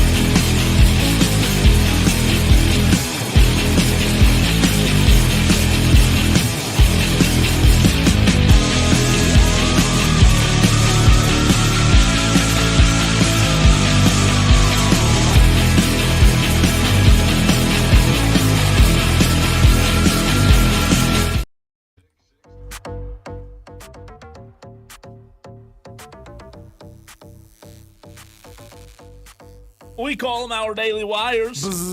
It's what's happening in the sports world, the headlines of not just one sport, not just sports here in South Carolina, but a plethora of sports. Diesel, we have 2 Daily Wire segments today because there are so many wires, so many headlines to get to. Clemson baseball swept Pitt over the weekend. We talked about that briefly back in the 320 segment. Clemson finished the season 41-15, 18-12 in ACC play. The Tigers will play Virginia Tech or Stanford on Wednesday at 1 p.m. in the ACC tournament. You know, it's funny. They're talking to John. He was like, man, UCLA is going to have to come all the way across the country to face South Carolina. That's a conference game in the ACC. Oh, how dumb is that, right? How dumb is that? North Greenville baseball saw their season come to an end on Saturday, losing the regionals to Catawba twice. The Trailblazers finished the season 45-15, 21-9 in conference. We also just mentioned with John Whittle in the last segment, Landon Powell inducted into the South Carolina Hall of Fame as a South Carolina Gamecock. Pretty cool accomplishment. Well deserved. There. Oh, 100%. South Carolina baseball lost 2 of 3 over the weekend. LSU finished the season 28-28. However, Diesel, 6-24 in SEC play. No bueno, not good. The Gamecocks will play Florida on Tuesday in Hoover, Alabama at 5:30. Yeah, 6-24 sounds like a competitive FCS football game, FCS G5, FCS Power 5 game. Not a good baseball record. The Greenville Drive won the first 3 last week versus the Hub City Spartanburgers, but the Spartanburgers got the last laugh as they split the series and won the final 30 games, and now lead the series, the season series over Greenville by 7 games to 5. This is fun, man. This is a competitive series between these two, Diesel. I love it. I love the fact that they, it was a close series at Spartanburg and the new team got the win. They bring it down here to the established team. It looks like there's going to be, even possibly a series sweep for the Drive. And then the Burgers came roaring back. It's a lot of fun, man. That's I'm just glad it's competitive. I'm glad it's not a blowout one way or the other. We'll see how that one ends. Still some Drive Burgers contest later on in the year. Clemson softball advances from their regional and will travel to Austin, Texas on Thursday for the Supers. The Tigers defeated USC Upstate, Northwestern, and Kentucky over the weekend to punch their ticket to the Super Regionals. South Carolina softball also does the same, Diesel. They advance from their regional. They'll be hosting a very good UCLA team starting Friday at 1 o'clock. The Gamecocks defeated Elon and North Florida twice this past weekend. Christopher Bell was the $1 million winner on Sunday night, claiming the checkered flag at North Wilkesboro and the All-Star race. Must be nice, Diesel, to win one race and be handed a check for $1 million in a race that doesn't matter. Right? Is $1 million check in NASCAR really that much money anymore? Well, maybe not, but you know what? For a race that's not a points race, I'd take it, right? I'd take it. I mean, I love that the fact that they've kept it just a traditional $1 million prize. But I mean, think how much money they could give out for this race if they really want. They could make this a $5, $6, $10 million prize. Scottie Scheffler, in case you lived under a rock, won the 2025 PGA Championships championship by 5 strokes on Sunday in Charlotte, claiming his 3rd major win of his career. And in the NBA, Diesel, over the weekend, the New York Knicks eliminated the Boston Celtics on Friday by a score of 119-81, and the Oklahoma City Thunder defeated the Nuggets in Game 7 by a score of 125-93. And that leads us to the NBA Conference Finals, which are set. The Timberwolves, Thunder, beginning tomorrow in the Western Conference Finals, and then you'll have the Indiana Pacers and the New York Knicks in the Eastern Conference Finals beginning Wednesday.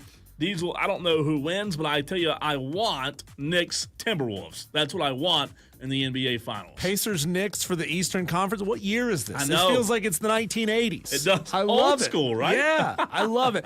Look, I mean, the game is better when the small market teams, I think, are competitive and pushing the large market teams. I don't want to see just New York battle Miami. I don't just want to see LA battle Dallas. I don't want just the big markets. I want the small market teams to win. Yeah. I really do. It's fun. It's fun. Yeah. We'll see. I don't know who wins, but we'll find out. Hey, we're just about to get the Eastern Conference Finals underway tonight for the NHL, by the way. And you even have time to get home to watch it because the Hurricanes, they drop puck at 8 o'clock. How about that? How about it? I'm excited. When we come back, Tolos, this is your chance to pick up the phones and dial 844-326-3663. It is Overreaction Monday. On the other side of the break, your harebrained, wild, crazy thoughts on what you saw over the weekend of sports. That's coming up next.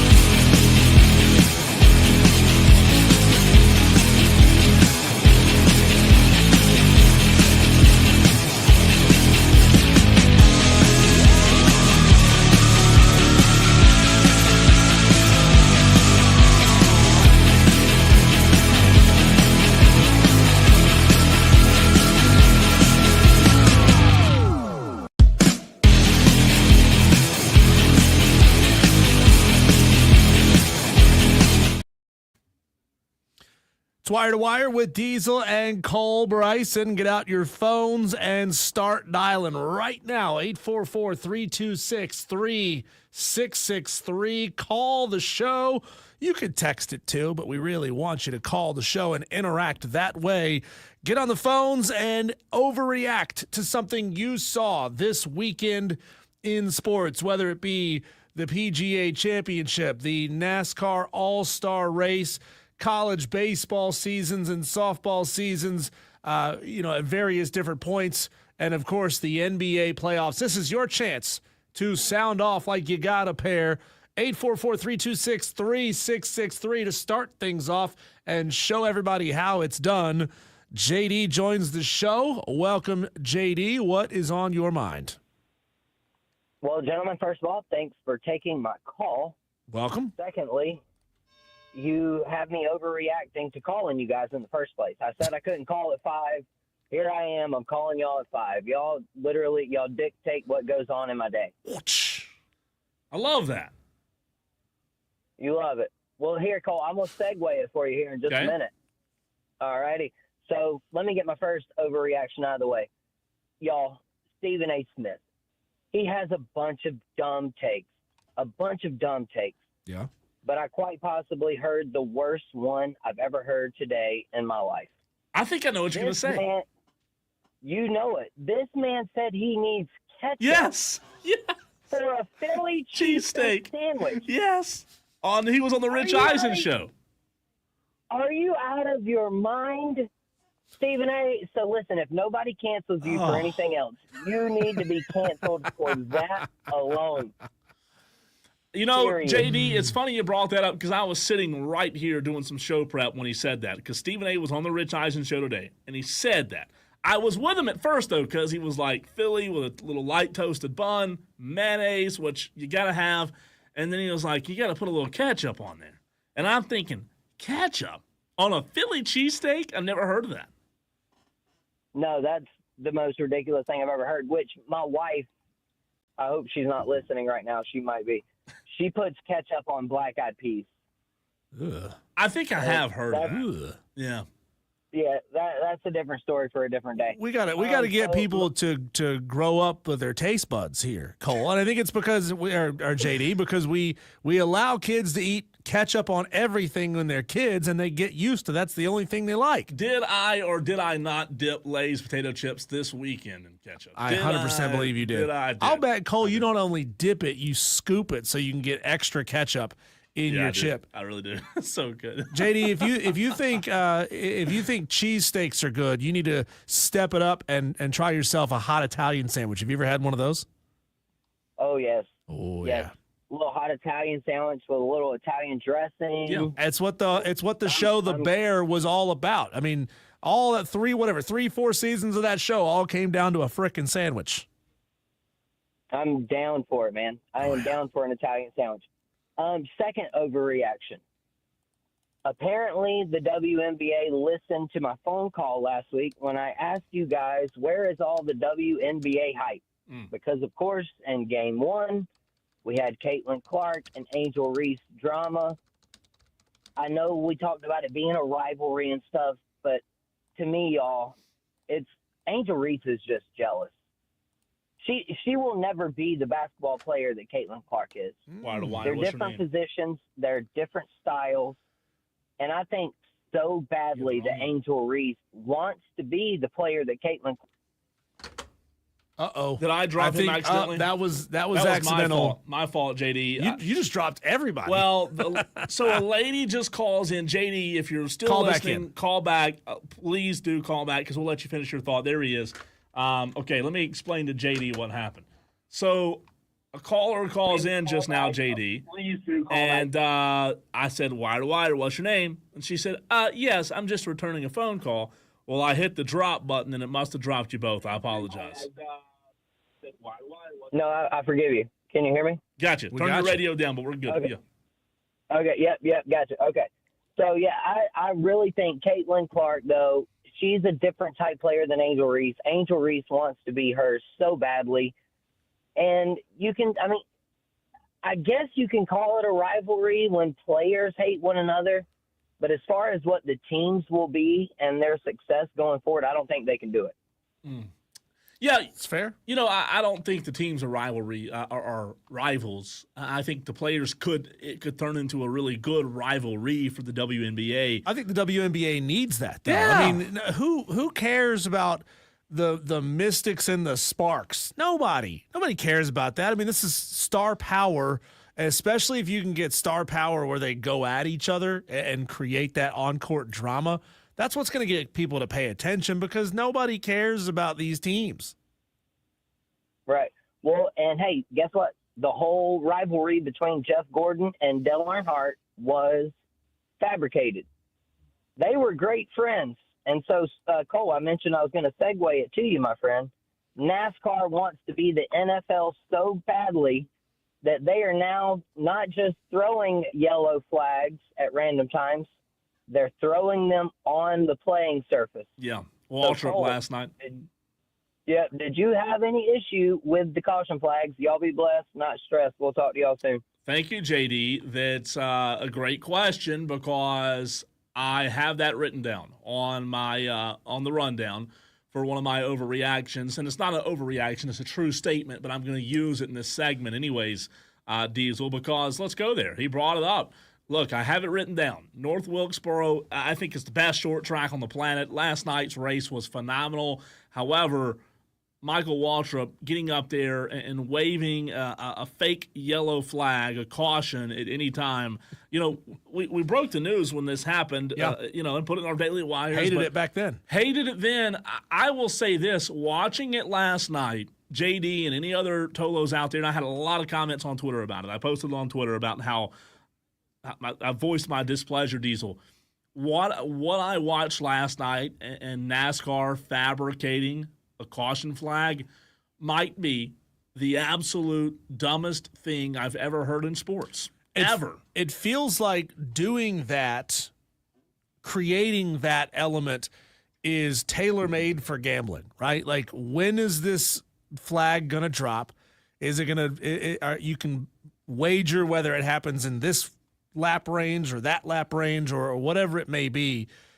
It just feels like another way to get people to bet on it. And I again, it's my issue with the stages in points races where you artificially stop the action that has been allowed to take place over the course of an entire segment of a race, and then let's just bunch them all back up because we feel like it. I don't like that. Well, you know, my thing is with the stages, you know they're coming. Like, you game plan around the stages. That's true. This is just like, all of a sudden Michael Waltrip's going to get up there like he's drunk and wave a yellow flag. I mean, that's just WWE. That's what, like, this is not. The NASCAR All-Star race does have that precedent where, you know, the fans could vote to invert the field or not. And it typically was based around where is Dale Earnhardt and where is Jeff Gordon. Because if Earnhardt was in the front and Gordon was in the middle or the back, there's no way they were going to invert that field. And if it was the other way around, they would invert it to let Dale Sr. get back up there up front. And I get it. It's an all-star race. You have gimmicks. You do fun things during all-star. I get that. But I just think when I'm watching sports and I hear somebody, a CEO or somebody say, "Oh, this sounds like," I just think it's just pathetic. I wish NASCAR, Diesel, I wish they would just be a little bit more in depth of trying to get this right instead of trying so many dumb things. You know what I'd like to see? This thought came to mind yesterday when I was watching the race, and I was going back and watching some highlights this morning.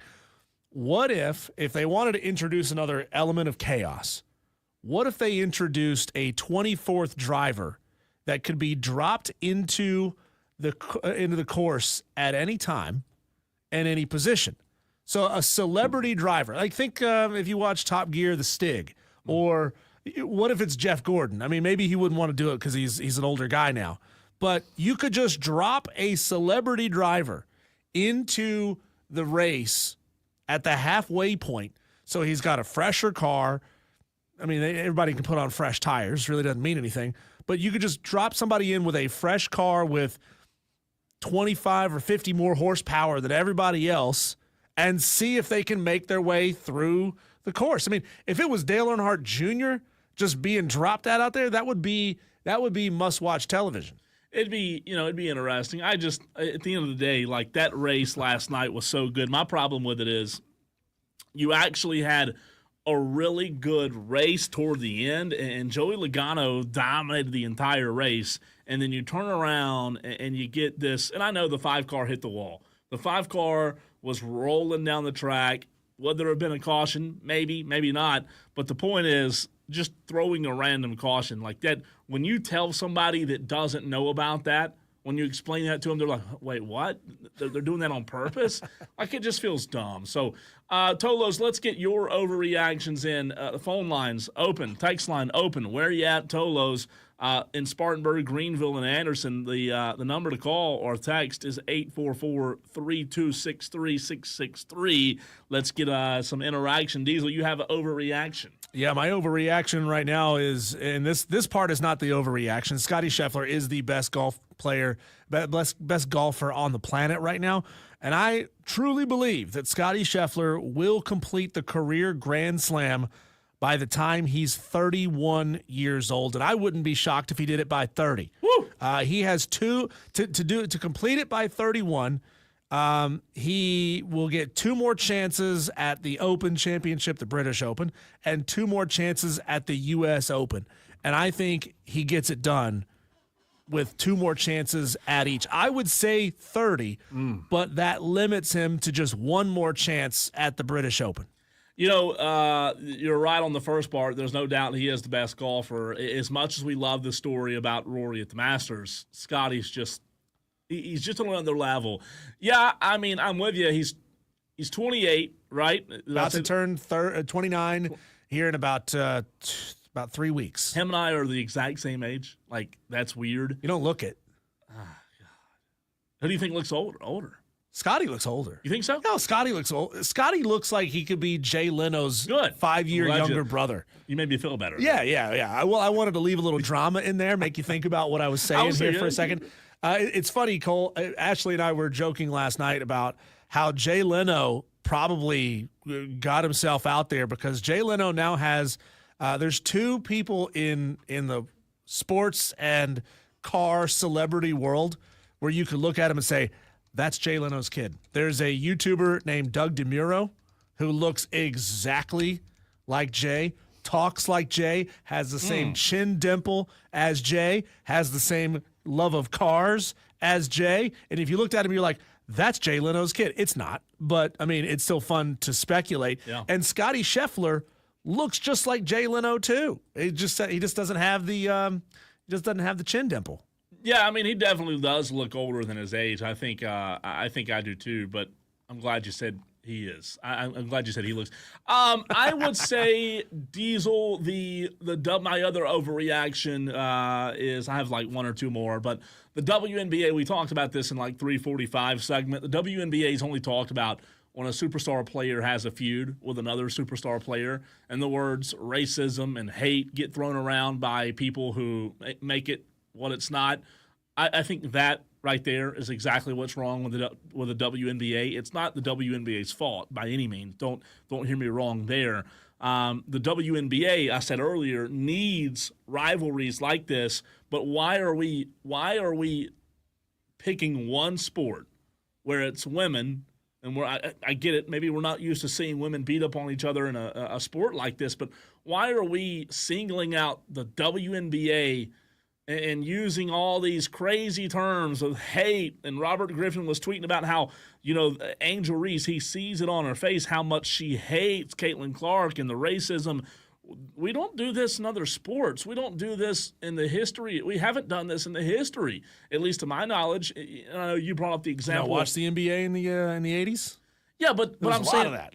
But I'm saying it wasn't like in the NBA in the 80s. I wasn't alive, but was when something happened in the 80s, was it led with racism and hate in the 80s? And I think you bring up a really interesting point there. And I think it all depends on how you, the individual consumer of the information, chooses to process it. If you look at it as these are just 2 hard-nosed competitors, One happens to be black, one happens to be white. Right. Great. Who cares about that? They are hard-nosed competitors going at each other because they dislike each other the way they play, and they have run into each other multiple times over the course of their career. I think that's an extremely healthy way to look at these two players and the rivalry that they have formed. If you want to try to reduce it down to something as basic as you're black, you're white, you don't like each other for that reason. It's bogus. Yeah. That is bogus information. That is low-hanging fruit. That is a lazy way to try to manufacture something that doesn't need it, right? These two don't need it. They played each other multiple times. They trash talk each other. It has nothing to do with their race. It has everything to do with they are both good basketball players. And I say Angel Reese, I think Angel is a good basketball player, and Caitlin is a great basketball player. And it has these two pitted against each other, and that to me is what's compelling about it. You know, it has nothing to do with their ethnicity. I'll say this, and I don't want to. I think Stephen A. Smith said this really well early on the Rich Eisen show, right before we came on the air. I'm going to say this, but I don't want to generalize everybody in the same conversation.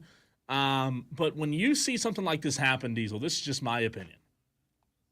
When you see something like this happen and you throw out like racism and hatred and all these other things, maybe you're the one that has a little bit of hatred or like why else do you go there? Why else do you make it that? Maybe you're the one that has. I just think it's so pathetic. We don't. This is great for the game, the WNBA. It's not great that we're talking about hatred and Robert Griffin III is blowing up and doing all these videos about how these two just have this hate in their heart for each other. What happened to competing on the court, Diesel, and then respecting each other off the court? When people break it down to that, you can tell how completely disingenuous it is.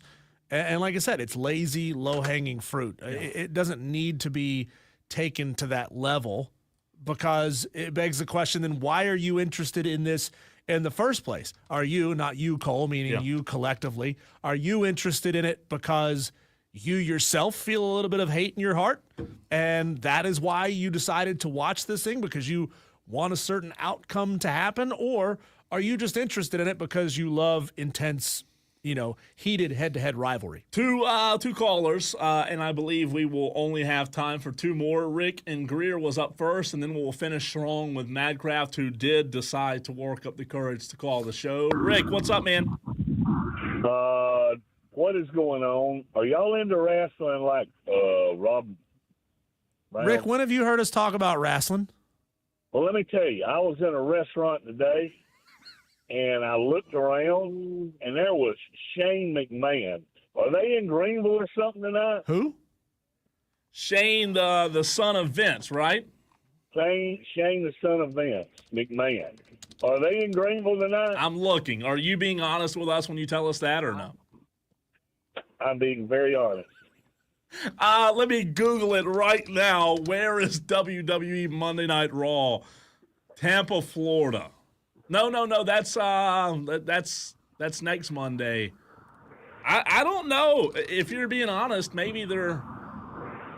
Oh, it is. No kidding. It is. It is at the Well tonight. WWE Monday Night Raw at the Well tonight. I went up to and we're having roller dome rat racing this weekend, and I invited him to stay and go to the roller dome rat racing. But he didn't want to go. He didn't want to go. Imagine who's surprised? You didn't invite him to cockroach racing too?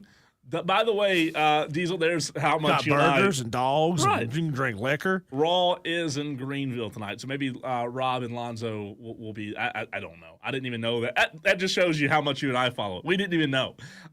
One more, Madcraft. I don't know if he has an overreaction or wants to dispute something we said. Probably the latter. What's up, Madcraft? Well, actually, I'll do both. But real quick, Rick, how come you didn't invite me down there to that little racing event? What's up with that? Yeah, he don't like you anymore. But, yeah, that's messed up. But anyways, I do have an overreaction somewhat. And I just want to tell y'all, you better watch out, all right? Because I found out today, and I saw this. You can check me, make sure I'm not incorrect here. Santa Claus coming to town? This past month, the Atlanta Braves pitching had the third best ERA. in the entire past month. As a staff? Third best. Offense is getting hot. All right, Spencer Strider's coming back. We just learned that news, and Ronald Acuna is 1 or 2 starts away. He's already been up to Gwinnett. So I would tell y'all just to watch out because the Braves are about to really hit their high gear. And y'all are about to see the I agree team with you. that a lot of people said sucked. Yeah. But it's the same team, and it's not any different. It's the same team that a lot of people say. And that's not a dog on you, Cole. That's No, not it is. what I'm It is. saying. It is. Hey, did you? No, well, it is. no, not it is. just you. Let me ask you this question: Did you? Again, I don't know why we have to reiterate this a million times to you. When you were a baby, did you eat baby food? No. Oh, you didn't. You were the only person in the world that didn't eat baby food, I guess.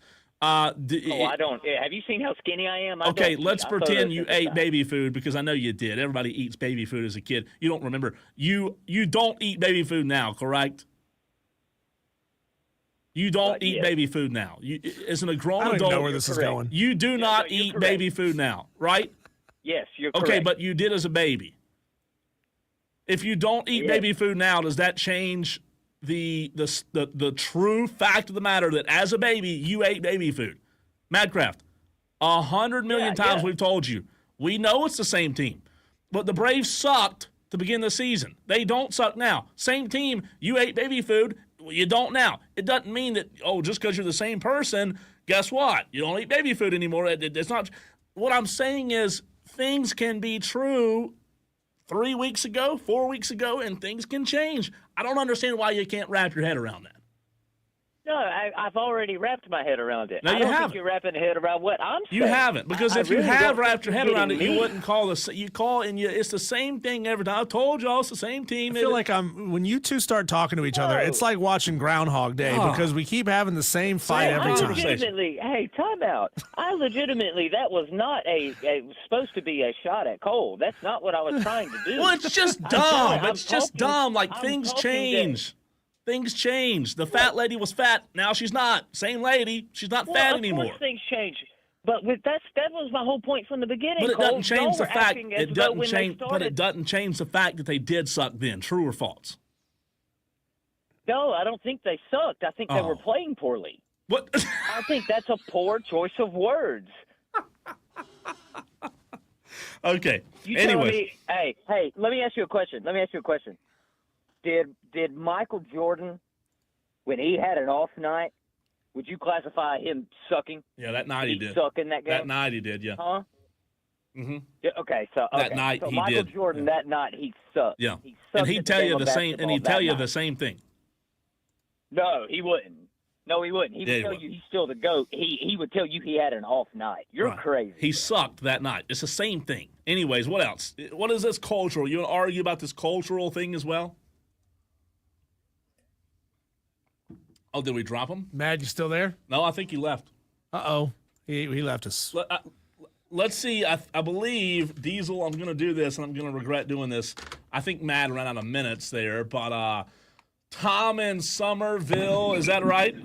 Hey, guys. Got that right. How about them Gamecock softball team? They got it done. 2 wins away from Oklahoma City.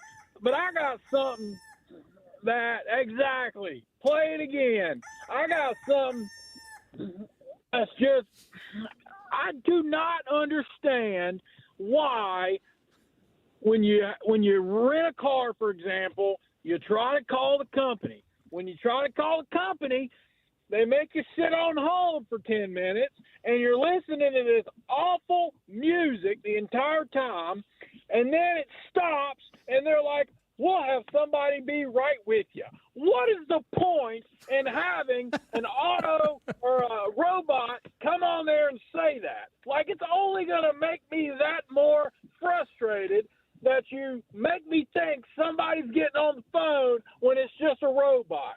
And that leads to my next point here. Why are there so many robots on the phone? How hard is it to go find somebody that needs $20 an hour to answer phones? There's the answer, Tom. Nobody's paying $20 an hour to answer phones.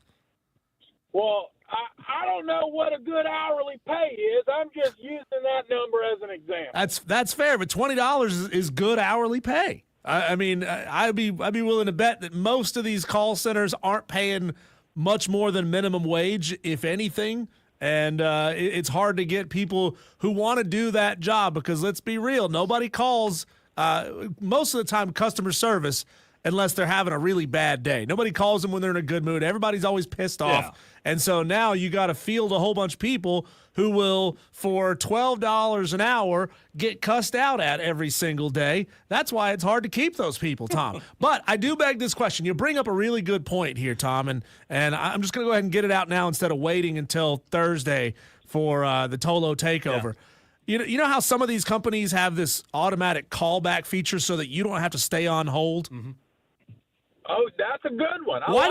Why doesn't everybody have this now? I like Okay, that. it's like you call in, you put yourself in queue, and then they say, "Okay, you're number 37 in line. It's going to be approximately 30 minutes. We will call you back when it's your turn. That way, I don't have to sit there on hold and waste 30 minutes of my life waiting for somebody who's not going to be there." Oh, yeah. I agree. Now, I do need to say this. I caught the end of Mad Cat's rant or whatever that was. Well, whatever. We don't know. But I don't know if y'all saw this, but since April 3rd, do y'all realize that Drake Baldwin has a higher slugging percentage than Aaron Judge, Shohei Ohtani, and Freddie Freeman? Yes, and that's why I said last week, Tom, let's go ahead and trade Sean Murphy, get what we can, and fill the holes in the lineup, and the Braves would be an even better team. That's right. We're getting – hey, and the good news is Strider's going to be back again. So is Acuna. So, you know, they're getting hot at the right time. Yep. They just need to, you know, stay the course. Don't go on any cold streaks. You know, stay around 500, try to make up a little bit of ground before the All-Star break, and then be healthy come July. And Tom, be healthy come July, we're going to be good. Tom, you're a sensible man. Do you understand? Do you understand my point or my argument? I mean, when it comes to mine and Mad Cat's argument in the last call, that the Braves, yes, they are playing better now, but yes, they did suck in the first couple of weeks of the season. Am I way off there, or is it just Matt? No, the Braves were awful. Okay, thank you. However many games, I mean, it was bad. All right, just making sure. I think we can all agree that yes, they had issues that made them that bad. Yeah. But even the best players they had were still playing terribly. Sure. And so, you know, and some could say that still hasn't changed, but you know, they're having some guys finally start to step up, and they're slowly going to get some of those guys that were hurt back. And you know, they cannot go into those week-long, 2-week-long cold stretches like they did at the start of the year. Tom, you're the man. Appreciate you. Go Gamecocks! Text messages absolutely blowing up here, Cole, on the text line. The Hub City Spartanburgers text line, 844-326-3663. Shane in Sugar Tits says, hot take, Scottie is a better golfer than Tiger Woods. Prime versus prime. Competition is far better in today's golf game. Big, bold take there. Jarrett Tripp says, Angel Reese can't get along with anyone. She's always been that way across her career, going back to her Maryland days. T Experience says, can we just block his number already? I think he's talking about Madcraft. He says, you know, Mr. I'm never wrong. I never answer questions straight guy. John Dog says, Madcraft gives me a headache every time he calls in.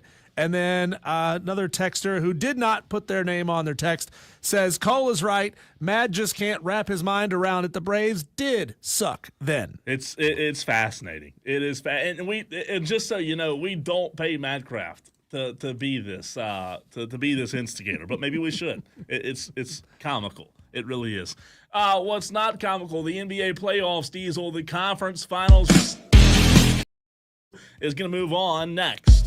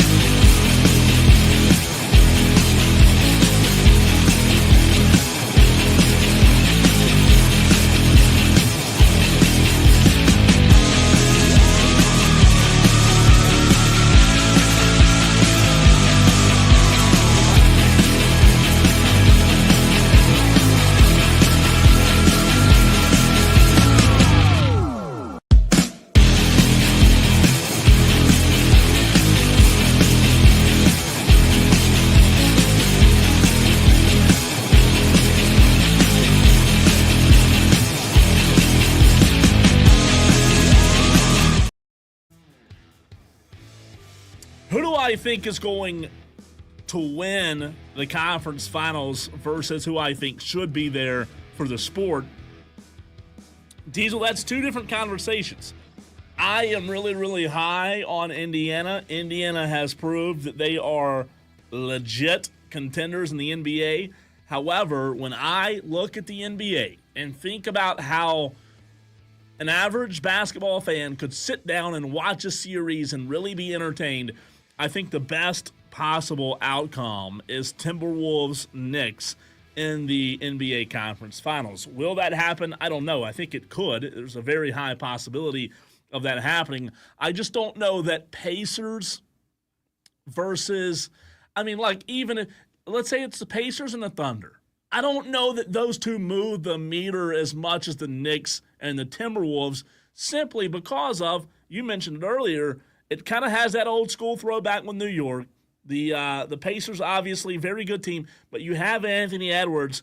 The NBA, we kind of feel like we're in a spot where we need Anthony Edwards, Diesel, to take that next step, take that that leap and become the next guy and become the face of the league. I think he could do that if he goes and wins a championship, but if he doesn't, I don't know that he's considered the face of the league. The question of emerging superstars, how many years can you be, just under the surface of a potential superstar but not win anything, right? I mean, if Anthony Edwards goes his career and never wins an NBA title, we'll talk about him the same way we talk about Charles, right? And I mean, tough, man. Anthony Edwards has a lot of personality, and we'll see what happens with him with his career after basketball.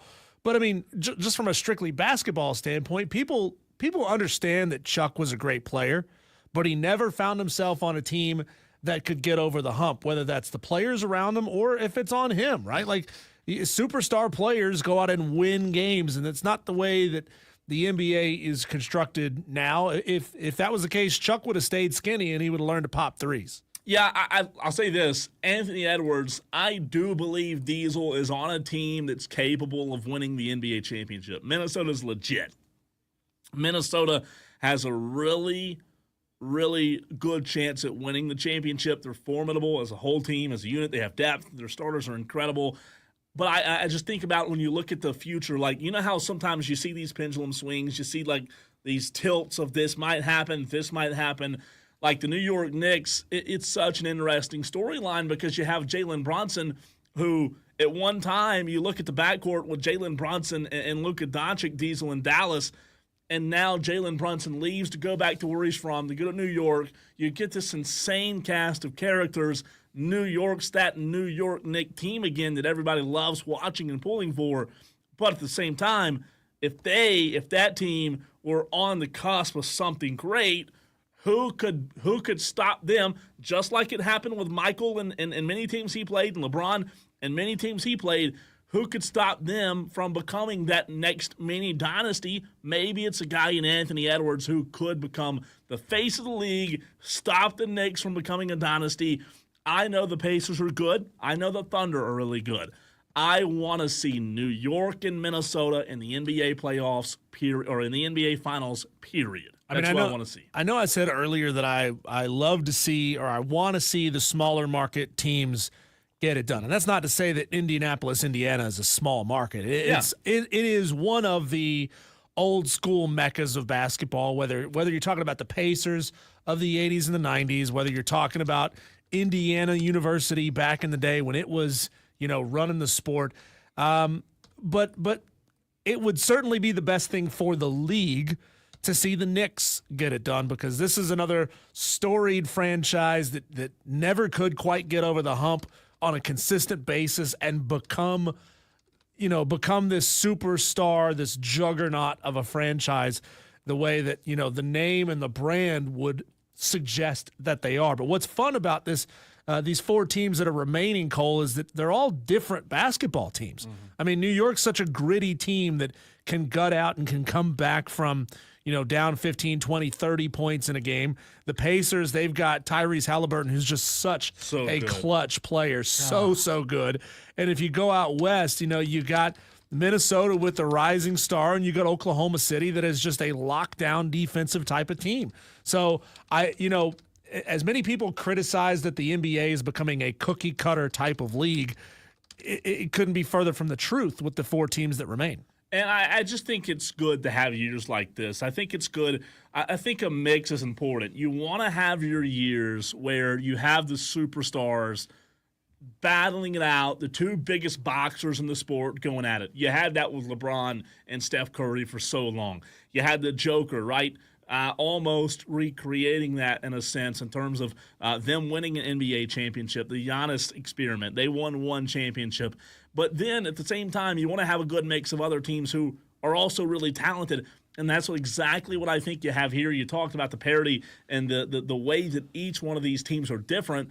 I think it's truly, I don't want to say like it's a crapshoot, but I do feel like these 4 teams that are in the conference finals, Diesel, I think all 4 of them could win it, and I think that's why it's going to be a lot of fun. I just personally, selfishly, I want to see the NBA crown their next guy, and I want to see Anthony Edwards take over and go win a championship. Well, we're going to find out if that's how it's going to get started tonight. Game 1 of the Western Conference Finals, 8:30 tip-off of that game. That's 30 minutes after puck drop of the Hurricanes, and the Hurricanes taking on the Florida Panthers in the Eastern Conference. So you can watch at least a period of NHL hockey, Cole, before you flip the channel over. I know you got YouTube TV, and you'll be watching both of them, I hope.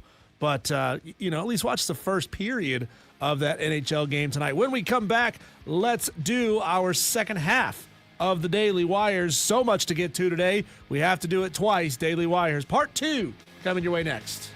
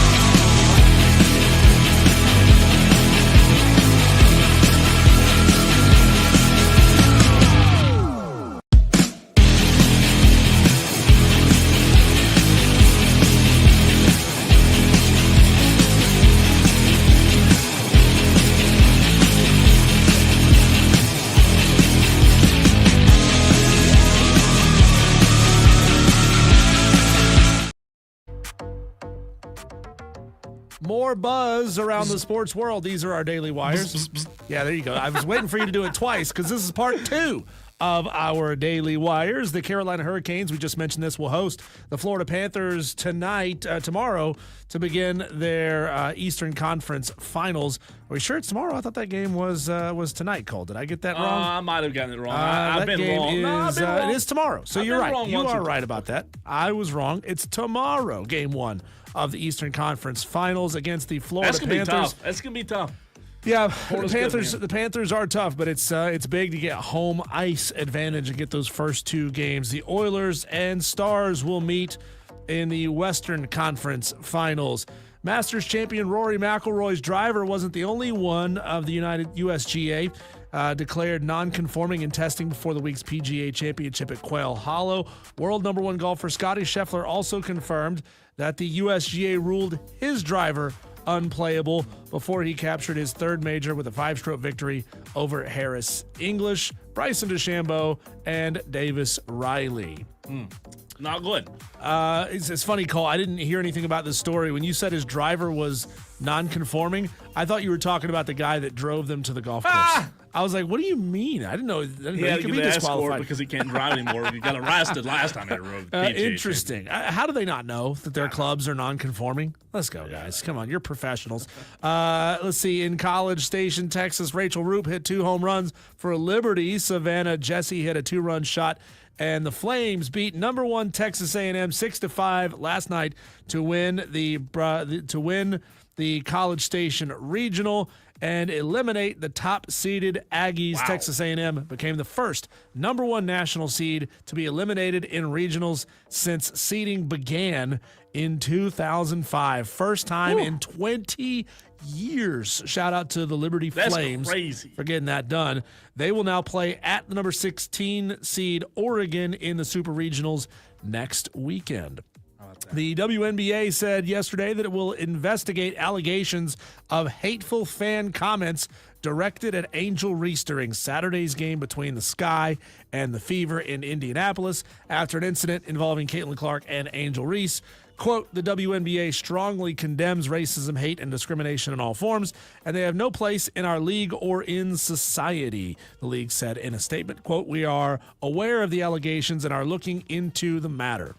Yeah, you don't want to have that. I mean, it's just, I hate it that, again, we can't have a good rivalry between 2 players without that having to come up. I just wonder, Cole, does bringing it up and making a huge deal out of it every time embolden more people to continue making these comments, to make the conversation continue, or does bringing it into the light help change things? I don't know. I mean, it would seem as if bringing it into the light every time it happens, it hasn't forced a change. It happened a couple weeks ago or 2 weeks ago with Draymond. It's now happening in these WNBA games as well.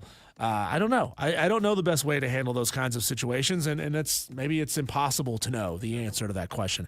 The ACC generated $711 million for the 2023-24 academic year, according to new tax documents released by the league, distributing an average of $45 million to each of its 14 full-time member schools. That's Very a lot. interesting. That's a lot, but I would like to see that compared to other. That's interesting. So, and that's separate, obviously, from their television contract pool. Sure. So that's interesting. From the moment Brock Purdy stepped in as the starter in San Francisco in 2022, the 49ers have told anyone who would listen that he is the quarterback of not only their present but also their future. On Friday, the Niners pulled significant action behind those words as they agreed to a 5-year, $265 million deal that includes $181 million in overall guaranteed money with Brock Purdy, according to Adam Schefter. He came in making pennies compared to what other people were making. You know, he was Mr. Irrelevant. His contract was not really big, Diesel. He was making, less money than a lot of college quarterbacks, but now he's not.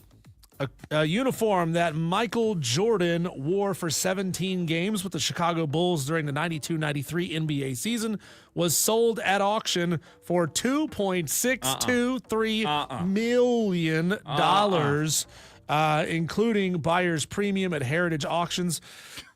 Jordan was shown in the jersey on the cover of the October 18th, 1993 issue of Sports Illustrated. Are you kidding me? $2.6 million. It just shocks me they wore the same jersey 17 times. Games in a row. That is insane. That a jersey. I get it. Game worn. Yep. 17 times. Also on the cover of a famous issue of a magazine. That's crazy, man. That's a lot of money. The Atlanta Braves took 2 out of 3 from Boston over the weekend. They're now 24-23 on the season. 5 games back in the NL East. The Braves are off to travel to Washington, D.C. for an upcoming series against the Nationals. There we go. Let's do it, Braves. And lastly, Cole, we'll get into this a little bit later. I want to dig into this, but I just had a buddy send this to me. That conversation a few weeks ago about the NBA draft being rigged, the fact that the Dallas Mavericks trade away the best player on the planet, arguably, and they immediately get the number 1 overall pick. Shaq went on Clutch Points, did an interview with them, and said that in 1992, when he first met David Stern, for the very first time, David asked him, do you want to go somewhere cold or somewhere hot? And look what happens. Orlando got the number 1 pick that year. You know who came in second that year? Who got the 2nd overall pick? A cold place. The Charlotte Hornets. Screwed over constantly. Could you imagine a world where Shaq was in Charlotte? Yeah, that's unbelievable. That really is unbelievable. Those, ladies and gentlemen, are your headlines, your daily wires. Scottie Scheffler, what a dominating performance yesterday. We'll dive into that conversation. What happened at the PGA Championship just up the road, and how close is he to now getting the Grand Slam? We'll talk about it next.